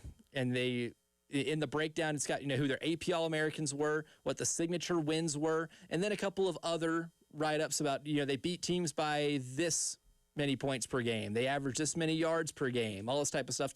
Stewart did a good job of making his case as to why the list was the way it was. And I got convinced, Preston Thorne, that maybe the 1995 Nebraska football team might be the greatest college football team ever. Or most unstoppable. Ooh. Okay. Two different things, maybe. Two different things. But the idea of unstoppable, let's go with that. The reason why they're unstoppable, one, let's break it down what we got. We have a veteran coach, right? We have a legendary coach that's there.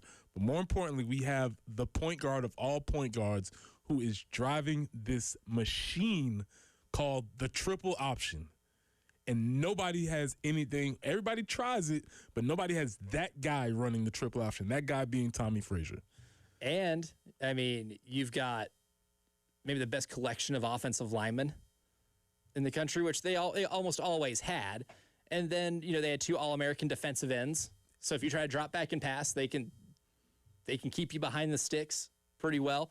But one thing I just didn't realize, because obviously, the year that Nebraska played that season, I was still eating, Gerber baby food. So I cannot tell you a lot that happened visually from that season. Now, their Fiesta Bowl win against Florida is my comfort football game. If I'm ready to just go to sleep and I want to put something on the TV and take a nice nap, and there's nothing going on, I will put on that Fiesta Bowl game because watching Tommy Frazier run up and down the field is the half shirt soothing. Yeah, and the half shirt. Oh, there's something nostalgic to it, even if I wasn't alive to remember it.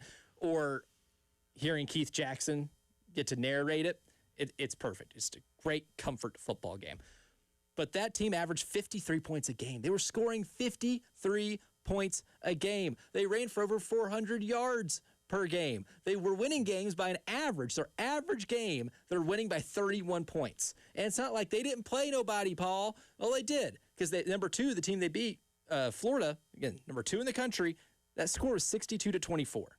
They were at number 5, Colorado, won 44-21. Number 7, Kansas State, Bill Snyder's squad, beat 49-25. They were at number 9, Kansas. And these are what they finished, right? This wasn't the ranking at the time. This is how these teams finished in the AP rankings. Kansas finished 9th. They beat them 41-3. And the more I look at it, 2019 LSU is always going to be up there for me. And the 2001 Miami team is always going to be up there because they just had a ridiculous collection of NFL talent, guys that went on to be stars in the NFL. Clearly, Tommy Frazier's wasn't going to be an NFL quarterback, right? No one's running the triple option in the NFL.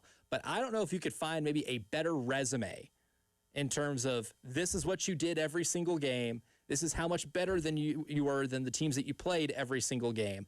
I can take arguments for 2019 LSU and 2001 Miami, but I don't know if they are more unstoppable than what 95 Nebraska was.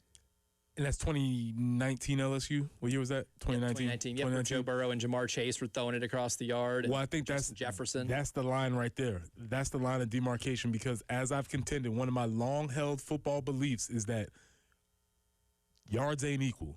400 yards in the air is not the same as 400 on the ground. The way you feel after a team, just think about it as a fan or as a player, the way you feel after a team has thrown for 400 yards is way different than when a team has run for 400 yards against you. When a team runs for 400 yards against you, you are demoralized. They have taken your spirit, right? If they throw for 400 yards, you can get they schemed us. You can, what a throw. You can sort of move that to the side. But when they run for 400 yards at you, they have imposed their will on you. Snatched your soul. Yes. Well, because, if you look at the average numbers of running plays and passing plays, your average EPA, your expected points added, is always higher on pass plays. That's why you've seen an explosion of, passing numbers and more passing attempts whether it be college, the NFL, that's the reason the air raid offense became so successful is because, hey, on average, you're picking up more yards. Even on if you account for incompletions, passing plays are more efficient, right? It's kind of like the 2-pointers versus 3-pointers thing in basketball. Same type of discussion. But when somebody is just picking up, 7-yard gain, 7-yard gain, 7-yard gain by running the ball, and you know it's coming, that's the thing. You were playing Nebraska. You didn't go into that game expecting Tommy Frazier to drop back 30 times to pass. You know they're going to run that triple option the entire game, but there is nothing you can do to stop it. They run like 3 plays, and it doesn't matter because there's nothing you can do to stop it. And then the one time you think you have Tommy Frazier, you tackle him, he pitches it. And now the other guy's running up the sideline. Nobody accounted for that guy. And if you thought you did, you're out of position because guess what? They executed it so much better than you could have planned for. Yeah, it's a tough spot. I could see argument. This is a great talking about list. This is a great list because the argument I would love to get into is like if you was in Nebraska is like is the which teams is better because they have to also have the 94 team on here. And then you have to get into like position by position, player by player. There's a lot of things that could happen with this. This is definitely list season right here. And what was so amazing was, I'm looking at, the resumes and the write-ups for all these teams, and I'm like, oh, these are all really similar. Like, oh, you probably could have switched, 10 and 8, or something like that. Like, oh, I think I like that team's resume a little bit better. And then you get to number 1, you're like, oh, my God, it's not even close. Mm-hmm. Like, oh, my God, this team's on another level. I always knew that team was really good. But it's, it's always fun when you go back and you study a little history. You're like, wow, that was a lot more significant than I previously thought. Well, these are all the best team of the 90s. I think we could be on this list for a different reason in the 90s. The worst team. I really hope somebody makes that list. We could be number 1. We could be number 1. This team sucks. This team sucks. Early game, 3rd and long hour coming up next.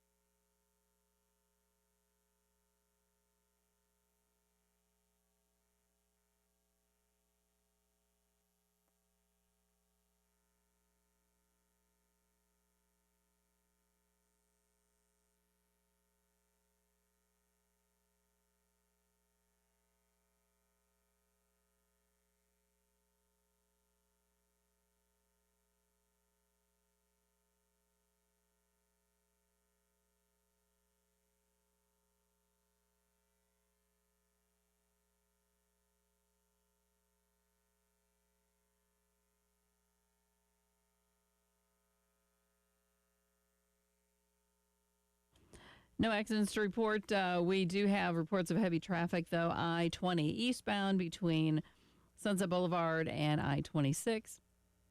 Also, I-26 eastbound between Piney Grove Road and Bush River Road. Traffic is pretty heavy in those areas. And the forecast, it's going to be warm. Looking for a high today of about 92.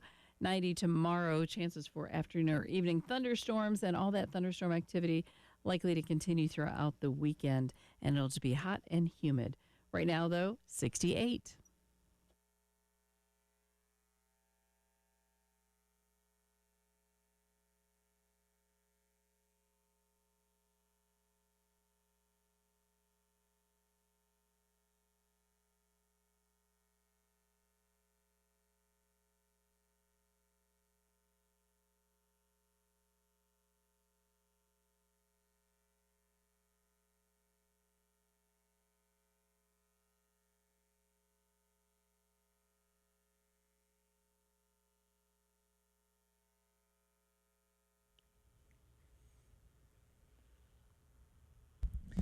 The early game third and long hour starts right now. I'm Elijah Campbell. He's Preston Thorne. She's Jen Jensen. Our man Randy Young in the video production room here at Studio 803 for the last hour of today's program. And the big thing we've been talking about the most today is an article on ESPN.com from Bill Connolly, who does a lot of their analytics stuff. He's the creator of the SP Plus metric, which is really, to me, the best way to measure efficiency in college football, kind of like what Ken Palm numbers are in basketball. It's the closest equivalent we have to that, and he has his SEC predictions for the year and where SEC teams stand nationally in terms of those numbers. But one thing, Preston Thorne, that he does also mention, he does a really good returning production study to give you an idea of how much of each team is returning in terms of just the players coming back on the field that were like key players for them last season, right? What exactly is it that you have coming back? And if you look at this too, you'll notice something interesting, something that I knew South Carolina was bringing back a lot of production from last season, despite a 4-8 season. I didn't realize they'd be number one on this list compared to everybody else in their conference. Now, it's bunched up. There's not a huge difference, right, between number one in South Carolina and number 4 in Georgia, right? They're all at 68%, but then you get into the decimal point. South Carolina technically has the most returning production of anybody in the league. But here's the difference between that group of teams that are returning a lot of players. It's South Carolina, who went 4-8 last year. Texas, who went 9-3, just missed out on the college football playoff. Oklahoma went to the college football playoff. Georgia won the SEC naturally in the college football playoff. So if you look at one of those teams there that doesn't seem like they're in the right category, South Carolina looks like the odd man out. That's one way you could say that, but if you go one step further down, because as I was looking at it, as you're talking about, as you go one step down further down, you have Florida. And South Carolina, Texas, Oklahoma, Georgia all have something else in common that Florida does not have. Do you know what that is? Returning their head coach. Well, you came up with another one, because I was going to think returning their quarterback. Ah, that also is true. And so a lot of the majority of their production that these teams have, and where South Carolina, there's a reason for optimism, is that also with these other teams, South Carolina is returning their quarterback, which accounts for large production. And the only reason I stumbled upon that is because when you go all the way down to the bottom of this table, guess who has the least returning production? It's probably a pretty simple answer. Vanderbilt. Yeah. Because they had the most returning production from the year before. Because their guy was there. And so there is some reason for optimism because of the amount of production that is returning. And that's another thing, too, that I'm very fascinated with. It's the combination of being number one on this list in terms of returning production when you stack it up and put it in a metric, right? It's another thing to look at what his preseason predictions are, or his computer's preseason projections. They're not predictions, they're projections. It's a computer, it's an algorithm that has South Carolina 25th in the country. So according to the SP Plus metric, South Carolina is a preseason top 25 team, despite being 4-8 in the previous year. And I think you can attribute a lot of that to just who's coming back. And then you go even deeper into this story where he does the write-ups on individual teams. And he talks about South Carolina always having the talent. The talent has always been there. but it's been what he considers frustratingly inconsistent. Ridiculously talented and frustratingly inconsistent. And the last quote on the page is, I think, the thing that sums it up and probably sums up a lot of folks' feelings also, is because he says, South Carolina's talent will jump off the page, but it did last year too, and last year ended in 4-8. And that's where I landed on the idea that we as a fan base can no longer say, oh, we don't have the guys, or we're not able to get them, or look at those dudes. We have enough to be able to compete and win, and now it's a referendum on the coaching staff to be able to get that talent over the hump. And I think last year too, and if you want to make a connection as to what can make this year with the same amount of talent, the talent that Bill says jumps off the page, and correlate it with maybe a different result, is the fact that last year, when it comes to the production part that you returned, you were still middle of the pack. You weren't at the bottom. You were sort of towards like the middle, right? Because you lost so much on that defense. And the defense still finished 31st in SP Plus last year.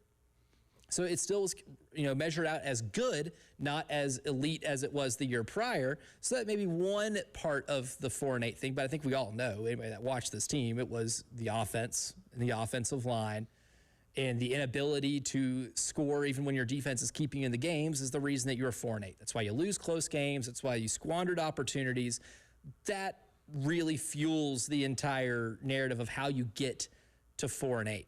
But the defensive leadership, though, and a lot of those defensive players were great leaders. Kyle Kennard, Demetrius Knight came in here in their 1 year here, established themselves as vocal leaders of the team. You had NFL talent on that side that helped make it go from just being a good defensive unit like it was last year to an elite one in 2024, because you had so much NFL talent, including someone like Nick Emenwari, who we've seen what his value is as a football player with what he did in his first year in the National Football League.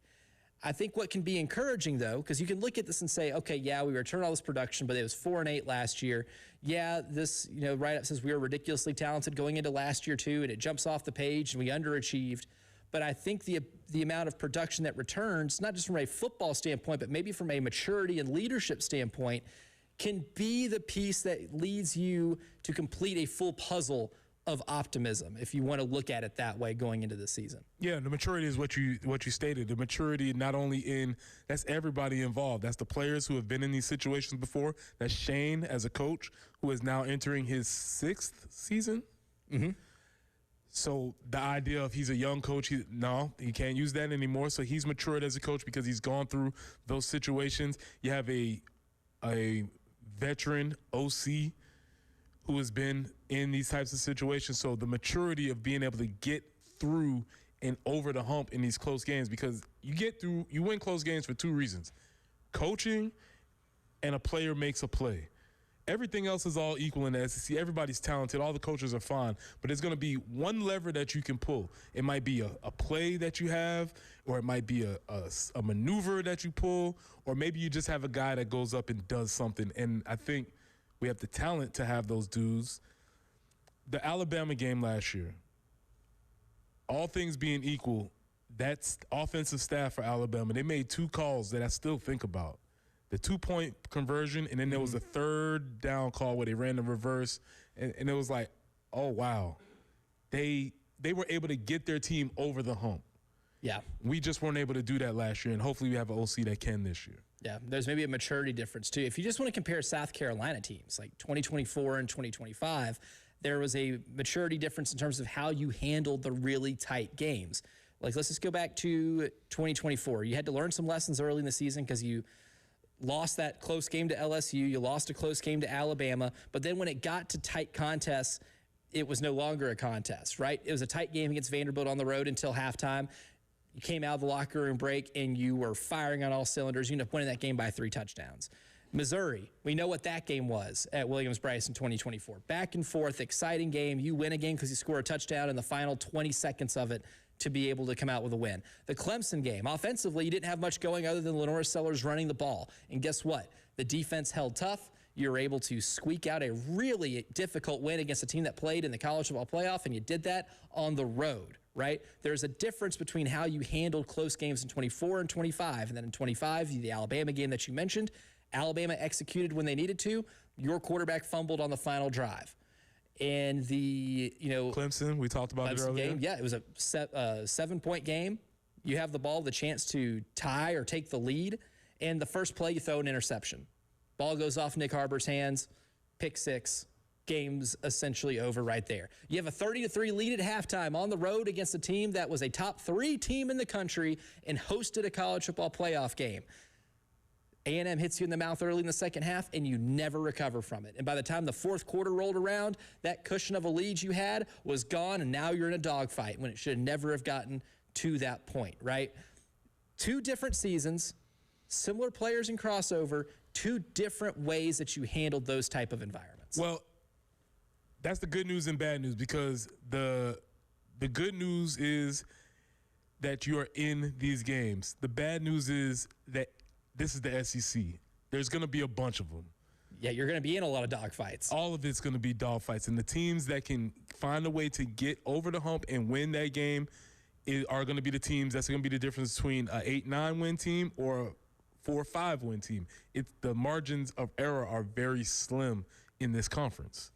And that's, really, if I'm thinking about the biggest differences, there are some personnel differences between 24 and 25, but just how you handled tight contests was completely different. Now, if you're a believer in the mathematical, regression of one-score games like the Kansas City Chiefs, I think we're the biggest, poster boys of that the last 2 years, or 2 years ago they were 11-0 in one-score games. And then last year they were almost winless in one-score games, and they went from being in the Super Bowl to missing the playoffs by a lot, right? What came up eventually came down, right? It's gravity in that sense.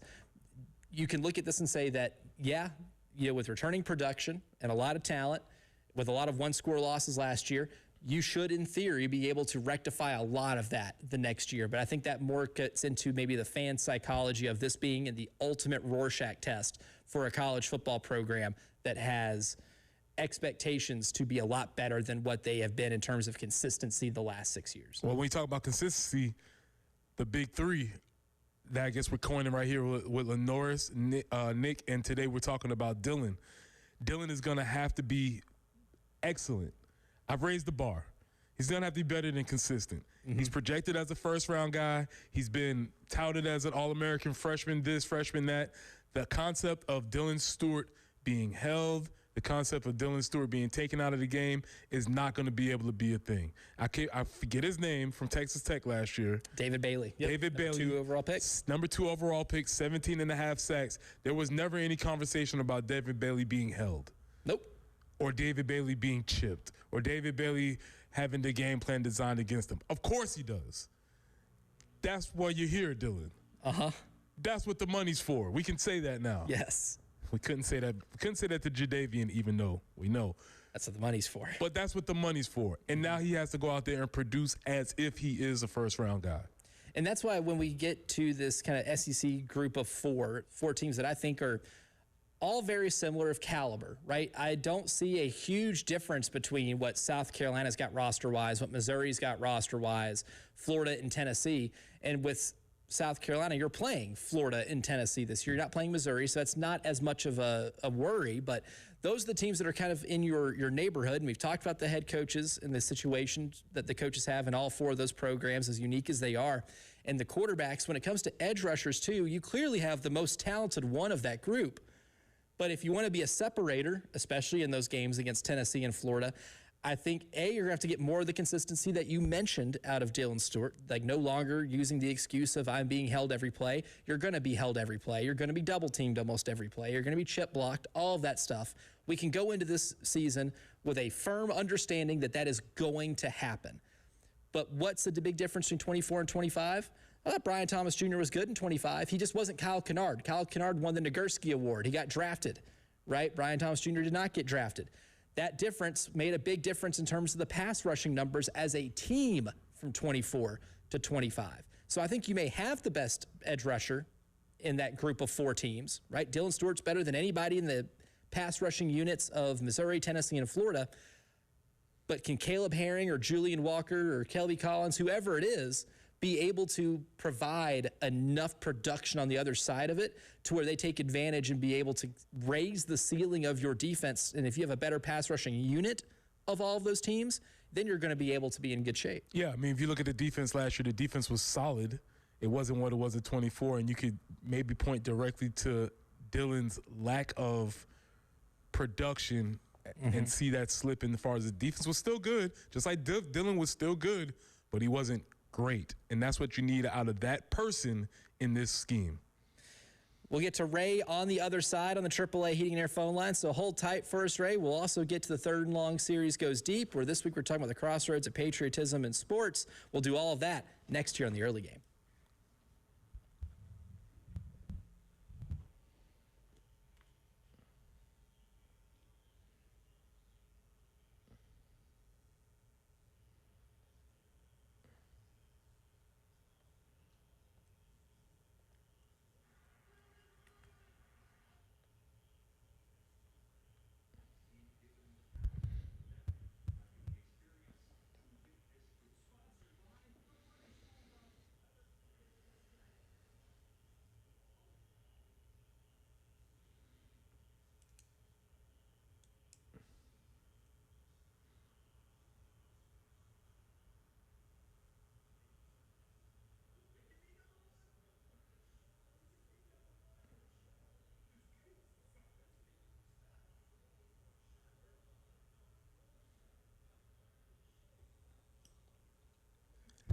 This has been an excellent summer for sports. We've had championships. We've had streaks broken. We've had all kinds of cool things. And how much better would it have been if you would have called the folks from Integrated Media and had your outdoor setup ready? Well, it's not too late because we still have more sports, and obviously football season is on the way. So get your outdoor setup ready. You can get Sonos outdoor speakers for TV and music, Samsung Terrace TVs that are waterproof, Wi-Fi that works indoors and outdoors, so you can get ready for your quad boxes, your screens, your iPads, your laptops. All that stuff can be happening, and the folks from Integrated Media can help you set it up. From home theater setup to adjusting your thermostat or monitoring your security systems from your cell phone, Integrated Media is who you need to call. So call Nathan and Michael at 803-948-8327. That's 803-948-8327. Or you can reach them online at integratedmediainc.com.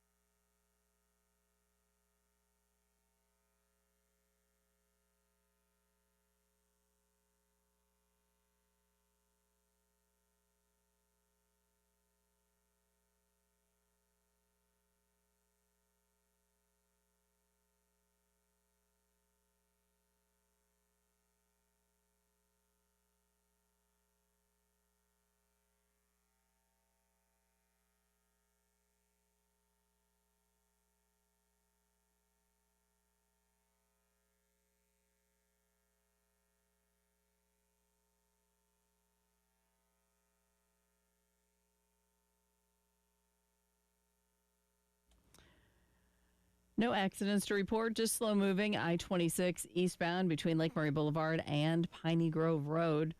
And a warm forecast, and it's going to get warmer. 92 today, 90 tomorrow with some afternoon or evening thunderstorms possible. Humidity will continue to crank up for the weekend. We'll be in the mid-90s for the remainder of the weekend. Chances for those thunderstorms, it looks like at this point, Friday and Sunday. But currently it is cloudy and up to 70.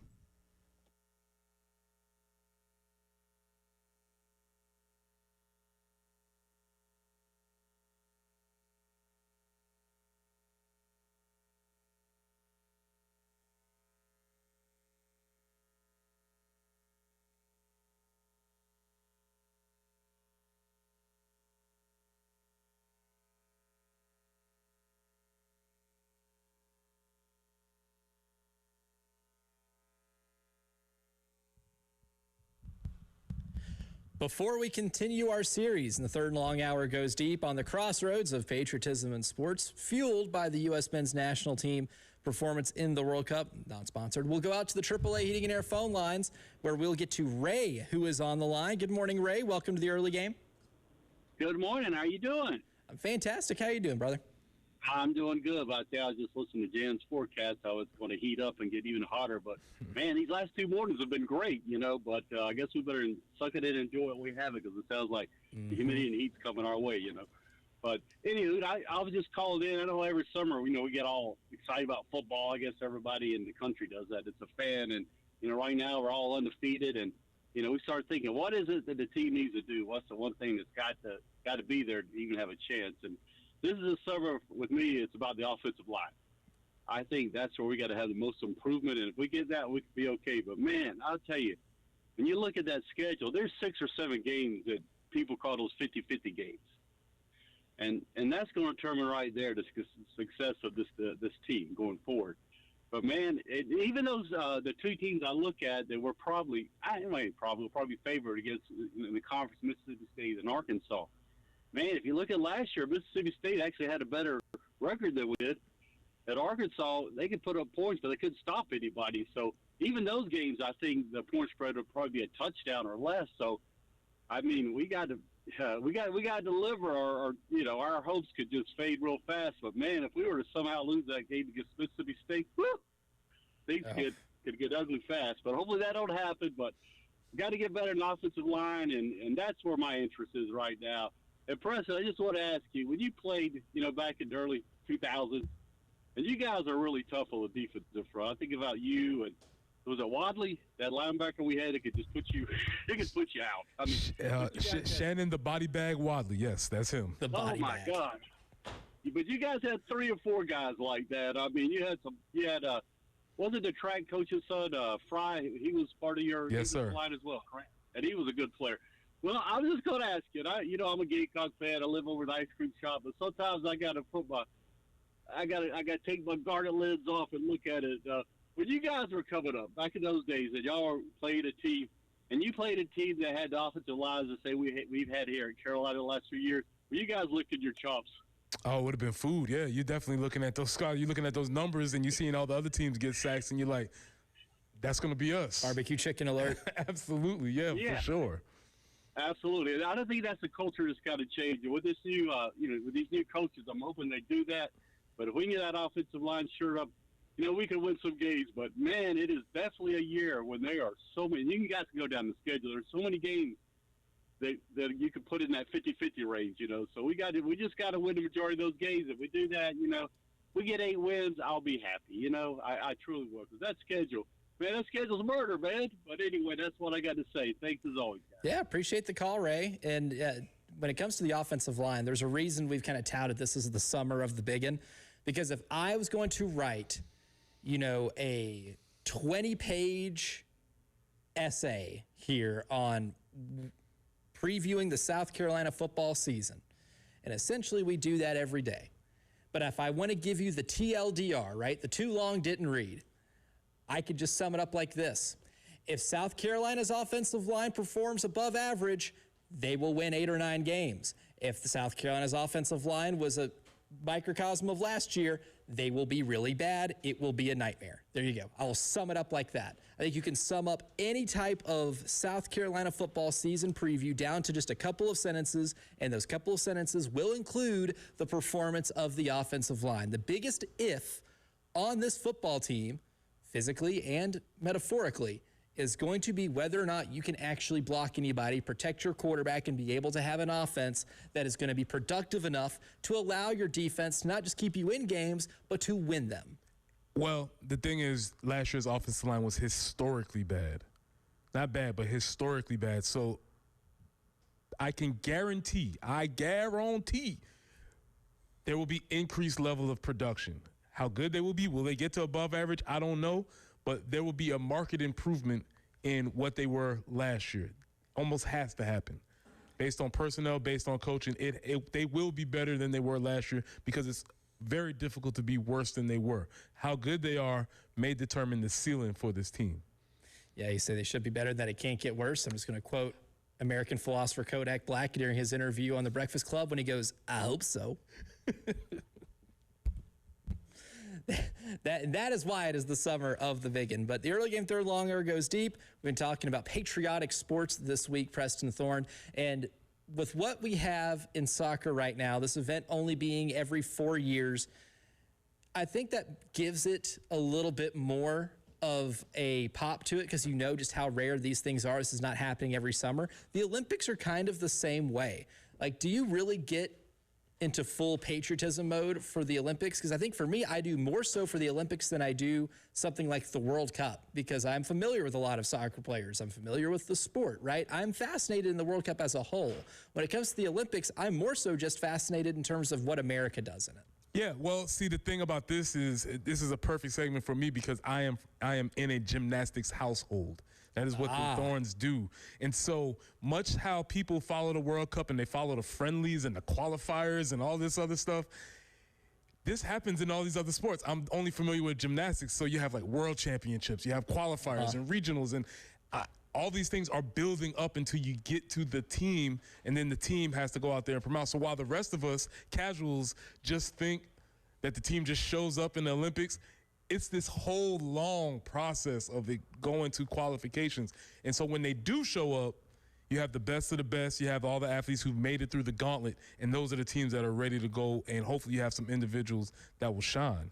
Yeah, and when you're that much more locked into it, too, I think that makes it different because the way your household is for gymnastics, I am more so for, like, basketball. Right. That's the level we're on for gymnastics. So we're following every single, this person's possibly injured. Are they going to compete? Or is this young comer coming up? Hesley Rivera, is she going to take over the next spot? Will Gabby Douglas still compete because she's old? Like, it's all these things that are happening at the same time.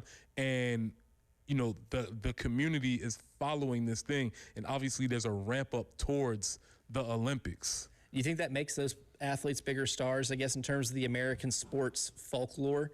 Like someone like Michael Phelps or Simone Biles, right? You really only get to watch them on national television every 4 years. And because it's every 4 years, you only get to catch them in, 2 or 3 Olympiads? Mm-hmm.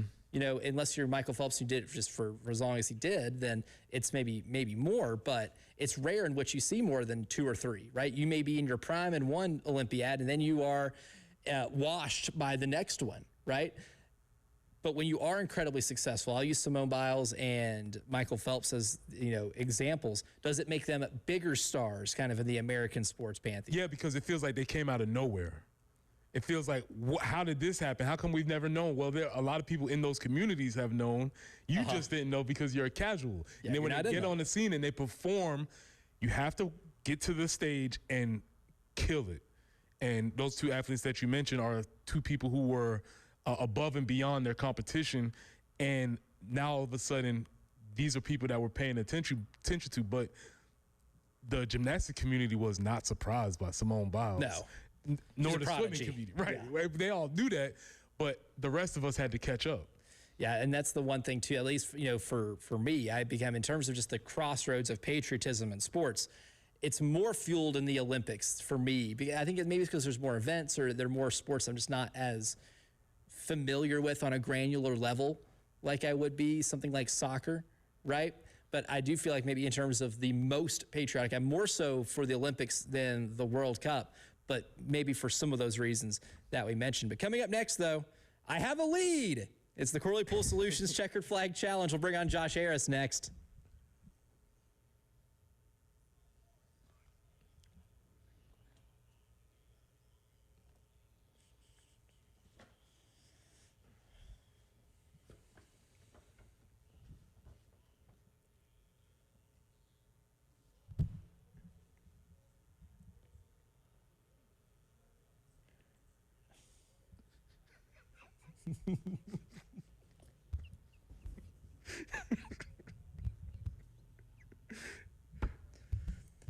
The entire world has eyeballs on one sporting event right now. It is that big soccer tournament that we've been talking about, and you can get in on that action with our friends over at DraftKings.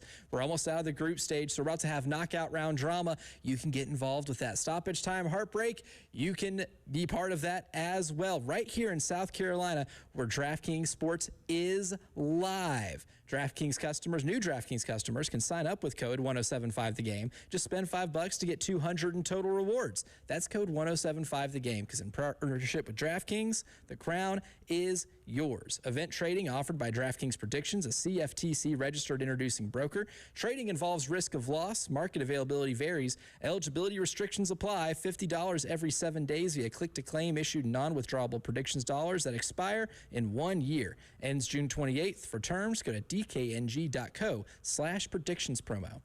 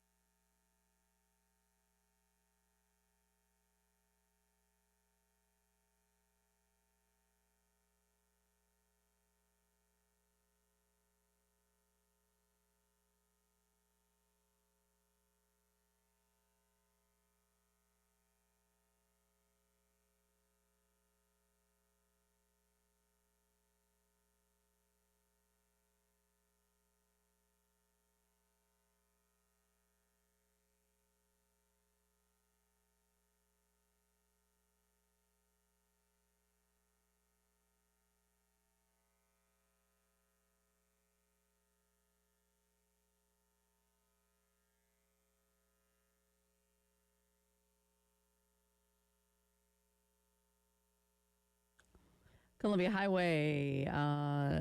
That has been cleared. Apologize for that. Okay, try Fairfield Road at I-20. An accident there. And slow traffic, I-26 eastbound between Lake Murray Boulevard and Piney Grove Road. And it's kind of heavy, stop and go, 2-Notch Road southbound between Sparkleberry Lane and I-77. Forecast is just going to keep getting warmer and warmer. 91 today, more humidity tomorrow. Scattered thunderstorms are possible between Friday and Sunday each and every day. Increased humidity and highs in the mid-90s. But right now, it's a little bit overcast and 70.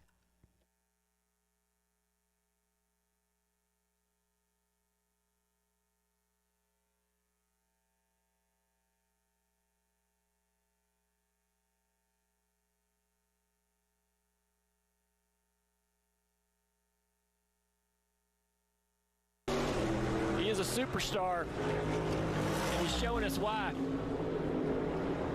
The Star is born here today. It's America 250. It's a red, white, and blue paint scheme. And a young superstar is going to get it done.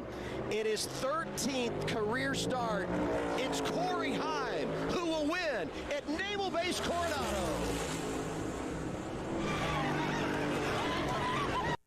That was last weekend. Corey Heim picking up a big win. It's the Corley Pool Solutions Checkered Flag Challenge. We bring in our man Josh Harris, the man over there at Darlington Raceway. And Josh, surprising result. Usually if you can get to a road course, our assumption is take SVG. And well, didn't happen this weekend. A lot of stuff went down. What was your biggest takeaway from the race in San Diego? Yeah, well, I think if you start there with SVG, he was certainly in position. Midway through that race, running third on the restart behind Austin Hill and Connor Zilish, and they go into that turn and just couldn't make it work. I don't know who got loose, but took out 3 good cars, and that ultimately kind of set SVG back. And then it really kind of opened the race up for a lot of contenders. You had a number of the Toyotas up there. You had Tyler Reddick. You had Carson Hocevar up there leading at times. So it was a really competitive race. The setting was unbelievable, in my opinion, to be able to go onto a naval base and develop a road course that was compelling, technical, fast, had a lot to offer. And then ultimately you get a guy that's got a lot of talent. Everyone's known he's got the talent and just been waiting for that opportunity. He'll have a full-time opportunity next year, running about 10 races this year, and that's Corey Heim, our defending Truck Series winner. He's able to make it work and come on and take his first NASCAR Cup Series win in only his 13th start. So pretty big storyline coming out. Yeah, and like you said, for him to get that win in such a historic place and the background, because like you said, everything was just fabulous as far as the optics were concerned. And pretty fun. I did want to touch real quickly on the Xfinity race when the guy jumped the fence. That caused a little bit of entertainment where he went and went to, oh my gosh, Josh, help me out. Whose car did he go to? He went over. See, I'm doing it too. There's a C in his name. Yeah, I know. Anyway, so he went over to a car. It was, it's a hot track. They were in a red flag. And the guy jumped some kind of fence, and security went and fist pumped the guy and then took off and climbed 2 other fences. He did get arrested by military police, but I'm thinking if you're going to do something stupid, I wouldn't do it on a military base. What were you thinking? But I guess alcohol was involved. Yeah, it was Sheldon Creed. That's what it was. He went up to visit Sheldon Creed. And, that's, we've seen fans, unfortunately, climb over fences at tracks. We've seen them. There's a clip, I think, from maybe Pocono where a fan ran across the track, during the race, and then under caution or red flag and at other tracks. So it's certainly something we do not advise, and I would really not advise it when you're on an active military base to make a decision like that. So hopefully he felt it was worth it, but I think he's going to come to quickly realize that maybe that wasn't the best decision at the end of the day. No, not at all. But back to the Cup race. Brent Cruz in for Christopher Bell. Christopher drove for a little bit, and then Brent Cruz got in there and seemed to be doing pretty well, but then had an issue. So he didn't get to finish. So I was kind of disappointed because I was real curious to see another young gun, see how he was going to perform in the race.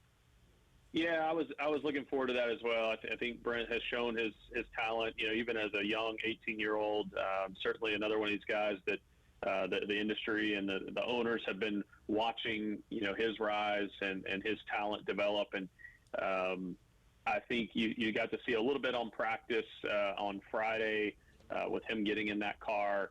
And I think for Christopher, while he's capable of getting in there and starting the race and running some laps, especially on a road course where you're doing a lot of quick movements, left and right turns and shifting and downshifting. It's just a lot going on, and with a broken wrist, it's a little much. So yeah. I'm curious to see, going to Sonoma this week with another road course. I wouldn't be surprised if Brent's there on standby and they've got a plan. Maybe if there's a caution, or maybe at that first stage break, to try to make that swap again and give Brent another opportunity. Because I do think he's got some talent, and it'd be cool to see. Yep, absolutely. Well, the Toyotas continue to be strong in 18 races. I think 13 have been won by Toyota.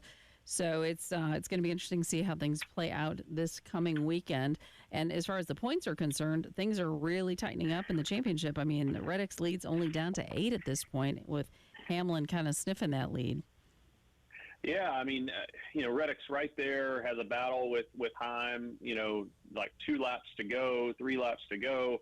And then, coming to the white flag, he has a flat, has to come in and pit. And, obviously that was my pick in the race. So I was sitting there feeling really good about myself. Like, he's going to get a second place finish, going to get some good points going this week. And then he has to duck on the pit road, comes in 25th. And that flipped it.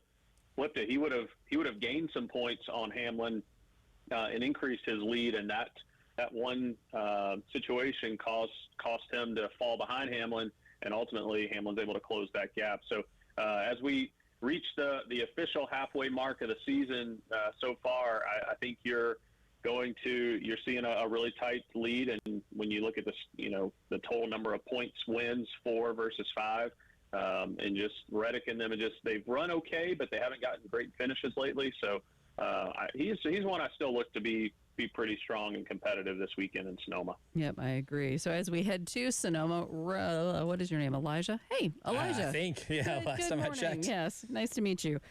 Let's take it away as far as getting our picks done. We obviously know where Reggie's going to land on his pick, but go ahead and give us a rundown on how we're all doing. Jen Jensen, I thought you'd never ask, because we have a new leader. Woo-hoo. It is yours truly. I am leading with 85 points, but it is a tight race still. Preston and Jen tied at 84. Josh not far back at 81. And then Reggie, the caboose, at 78, meaning he's going to be first. Yeah, it is working. This collusion is working. This is great. This is fantastic. Just the way... Even when we get SVG to join us in our collusion, right? Right. Thank you, SVG. He's in on the bit. Yeah, he's a team player here, and he sacrificed his own performance so we can enjoy beating Reggie. So yes, thank you, SVG. And let's see if he can do it again, because Reggie's going to have the first pick again this week because he is in last. Mm-hmm. I'm going to go out on a limb and say that's his pick for this week too. That would be correct. He confirmed that about 2 days ago. He's ready for SVG. Remarkable. So that'll take us to Josh. All right. Well, I'm going to go back to a guy that I've tried on a couple of these road courses. He's not had a lot of success this year, but the tide's got to turn in his favor. He was right there in contention in that wreck. So give me Connor Zillage. Yep. That was in my top 3. Good call. That's my number 1. All right. So, Preston, we'll go to you. I'll let you go first, since you're a Gamecock, great, and you've been on a Wheaties box. I will take it, and I'm going to take some intel that Josh provided us, and I'm going to go with Tyler Reddick. Excellent. He is strong. All right. Well, I'm thinking somebody who's won here twice, maybe has a chance to get a win. He's still winless this year. I'm going to go with Kyle Larson. Ooh. So that I had...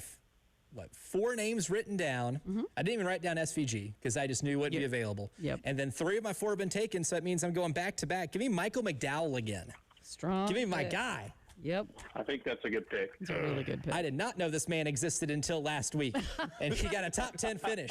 So you know what? But I'm banking on him. I have a new favorite road course driver. We're going back to the well. Josh, appreciate it as always, my man. Looking forward to doing it with you again next week. All right, sounds good. Y'all have a good weekend. Appreciate it. Thanks. That's the Corley Pool Solutions Checkered Flag Challenge. Coming up next, it's time to give you our winners of the day show, brought to you by the Golden Spur here on the early game.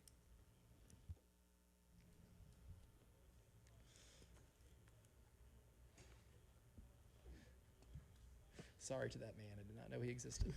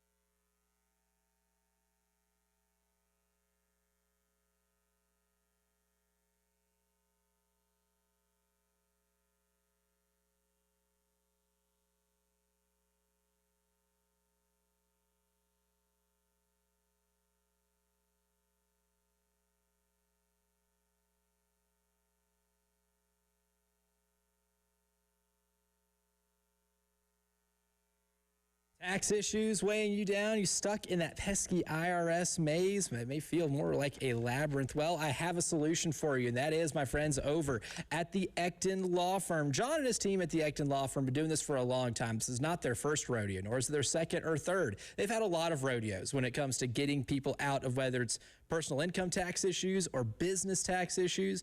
John and his team have proven local solutions that have helped thousands of families and businesses just like yours escape that IRS maze. And you might be asking, Elijah, how do I get in touch with John Ecton and the team at the Ecton Law Firm? Well, here's the phone number, 803-771-9800. That's the call that you can make to set up a free consultation. Everything starts with that free consultation where you can talk to the team, this local team that's been resolving these income and business tax issues for good. 803-771-9800, and you can always hit them up online too at ectonlawfirm.com. That's ECTON lawfirm.com.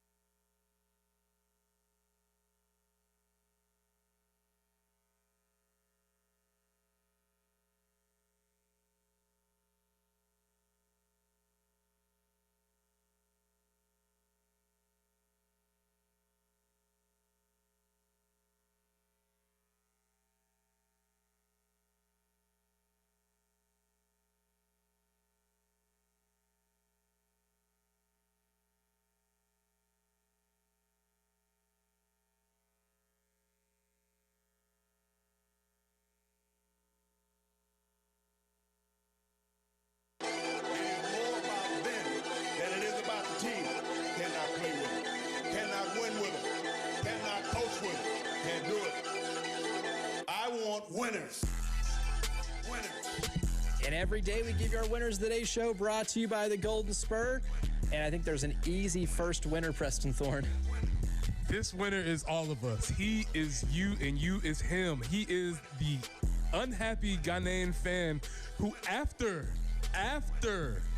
his team won in the World Cup, he had this to say. There is no hope. What do you think of the Ghana team? This team sucks, man. After a win, this team sucks, man. I have a feeling that clip is going to live long in the early game lexicon. Whom amongst us hasn't been there? What a feeling. Your team wins and you feel worse after the win than you did going into the win. It kind of sounded like, you know, how people felt after the South Carolina State game in football this past year. Ooh, what about the Old Dominion game from 2024? Oh, buddy. I've never been in a stadium that was more uncomfortable with winning than that one right there. This team sucks. You know how often I thought about that 2024 Old Dominion opener that year, especially when they picked it up, and I think it's after the Clemson game. I was sitting in the Clemson press box, and I sit back for a second, and I'm monitoring the situation with a couple of other games nationally that would have impact as to whether or not, you know, South Carolina got into the college football playoff, and I'm thinking, wow, you know, it didn't feel that long ago when you needed an interception on Old Dominion's final drive to avoid getting beat by Old Dominion at home. What a different conversation we would be having, would have had. I mean, that's wild. You do have to remind people of that. That was a thing. That did happen. That was absolutely a thing. But that Ghana fan, all of us, we've all been there. No matter where you're from, the universal language of sports can all relate to that. We all have that in our vocabulary. Again, that was after a victory. And then they partied like it was no tomorrow after a tie against England. Absolutely remarkable stuff. Winner, the triple option. Yes. Because it is now a lost art, preserved only by the service academies. But in 1995, a team that Stuart Mandel said's the best team of the 90s. I might contest maybe the best team of all time, maybe the most unstoppable team. If you want to say best, 2001 Miami, 2019 LSU, certainly make really good claims in that regard. But in terms of being unstoppable, running a triple option where it is a similar looking play every single game and scoring 53 points every contest and having like 4 wins against, you know, top 10 teams at the end of the season, that may constitute as being the most unstoppable team in the history of this great sport. It's so frustrating. We ran a version of that when I was in high school. We had a quarterback that ended up going to East Tennessee State. We had a running back that ended up going to Clemson. And we had another running back that played at Charleston Southern. So we had 3 Division I dudes back there running the triple I. No one's stopping it. It was incredible. Yeah. you could not stop us. Yeah, it's so frustrating because just when you think you have it figured out, you don't. And they do something else, and it's like, oh, my God, we cannot stop this. No matter what you do. It's a hopeless feeling. Yeah, it is actually a hopeless feeling. I'm going to give a winner to Bill Connolly because this article is amazing. If you haven't done it, I would go back, and this can be the start of your SEC preseason work. If you want to figure out what's going on with the rest of the conference, I'm going to be digging into this article so I can beef up on my knowledge of everybody else. But the article was extremely detailed and provides you all the context you need. So Bill Connolly, great job showing that journalism is still alive. Nice job. And you know that this was written by a human. Yes. This was a human being doing human work, and I believe we all need to support that. So shout out to Bill Connolly. Especially shout out to Bill Connolly for inventing a metric that I think is one of the most predictively accurate that you will find in college football. Like if SP plus, a winner. And I think that is a great framework in terms of being able to put a number to efficiency in football the same way we can do it maybe in other sports that also helps provide you a lot of context. I've always been a big winner of that. Another winner, the Buns tax. Yeah. Because South Carolina men's basketball hadn't been very good the last couple of years. They spent a lot of money for that roster this year, that big uptick in terms of resources. We played the Lamont Paris clips. We'll find out if you paid a tax or not for that team this year, because we can give our own personal appraisals of this roster, but the real appraisal is going to happen when the teams meet the floor. Shout out to Jen Jensen for the analogy there, but the real appraisal is going to happen when they actually get on the floor. Winners, agents. They drive up the number for you. That drives up their number. Agents, you want them working for you, not against you. Agents, unless you're Henry Visar's agent, who told this guy to go into the NBA draft because he thought he was going to be a first-round pick, gets picked like 52nd last night. And the reported number, according to Matt Norlander at CBS Sports, was that he could have gone back to North Carolina for $5 million. he will not be making $5 million as the number 52 pick in the NBA draft. That's a risk. And it was a poor decision. He chose poorly. Those are our winners brought to you by the Golden Spur. Tyler Head, Jack Velcher, they're always winners. They're next. We'll see you again tomorrow morning at 6 a.m. See you there.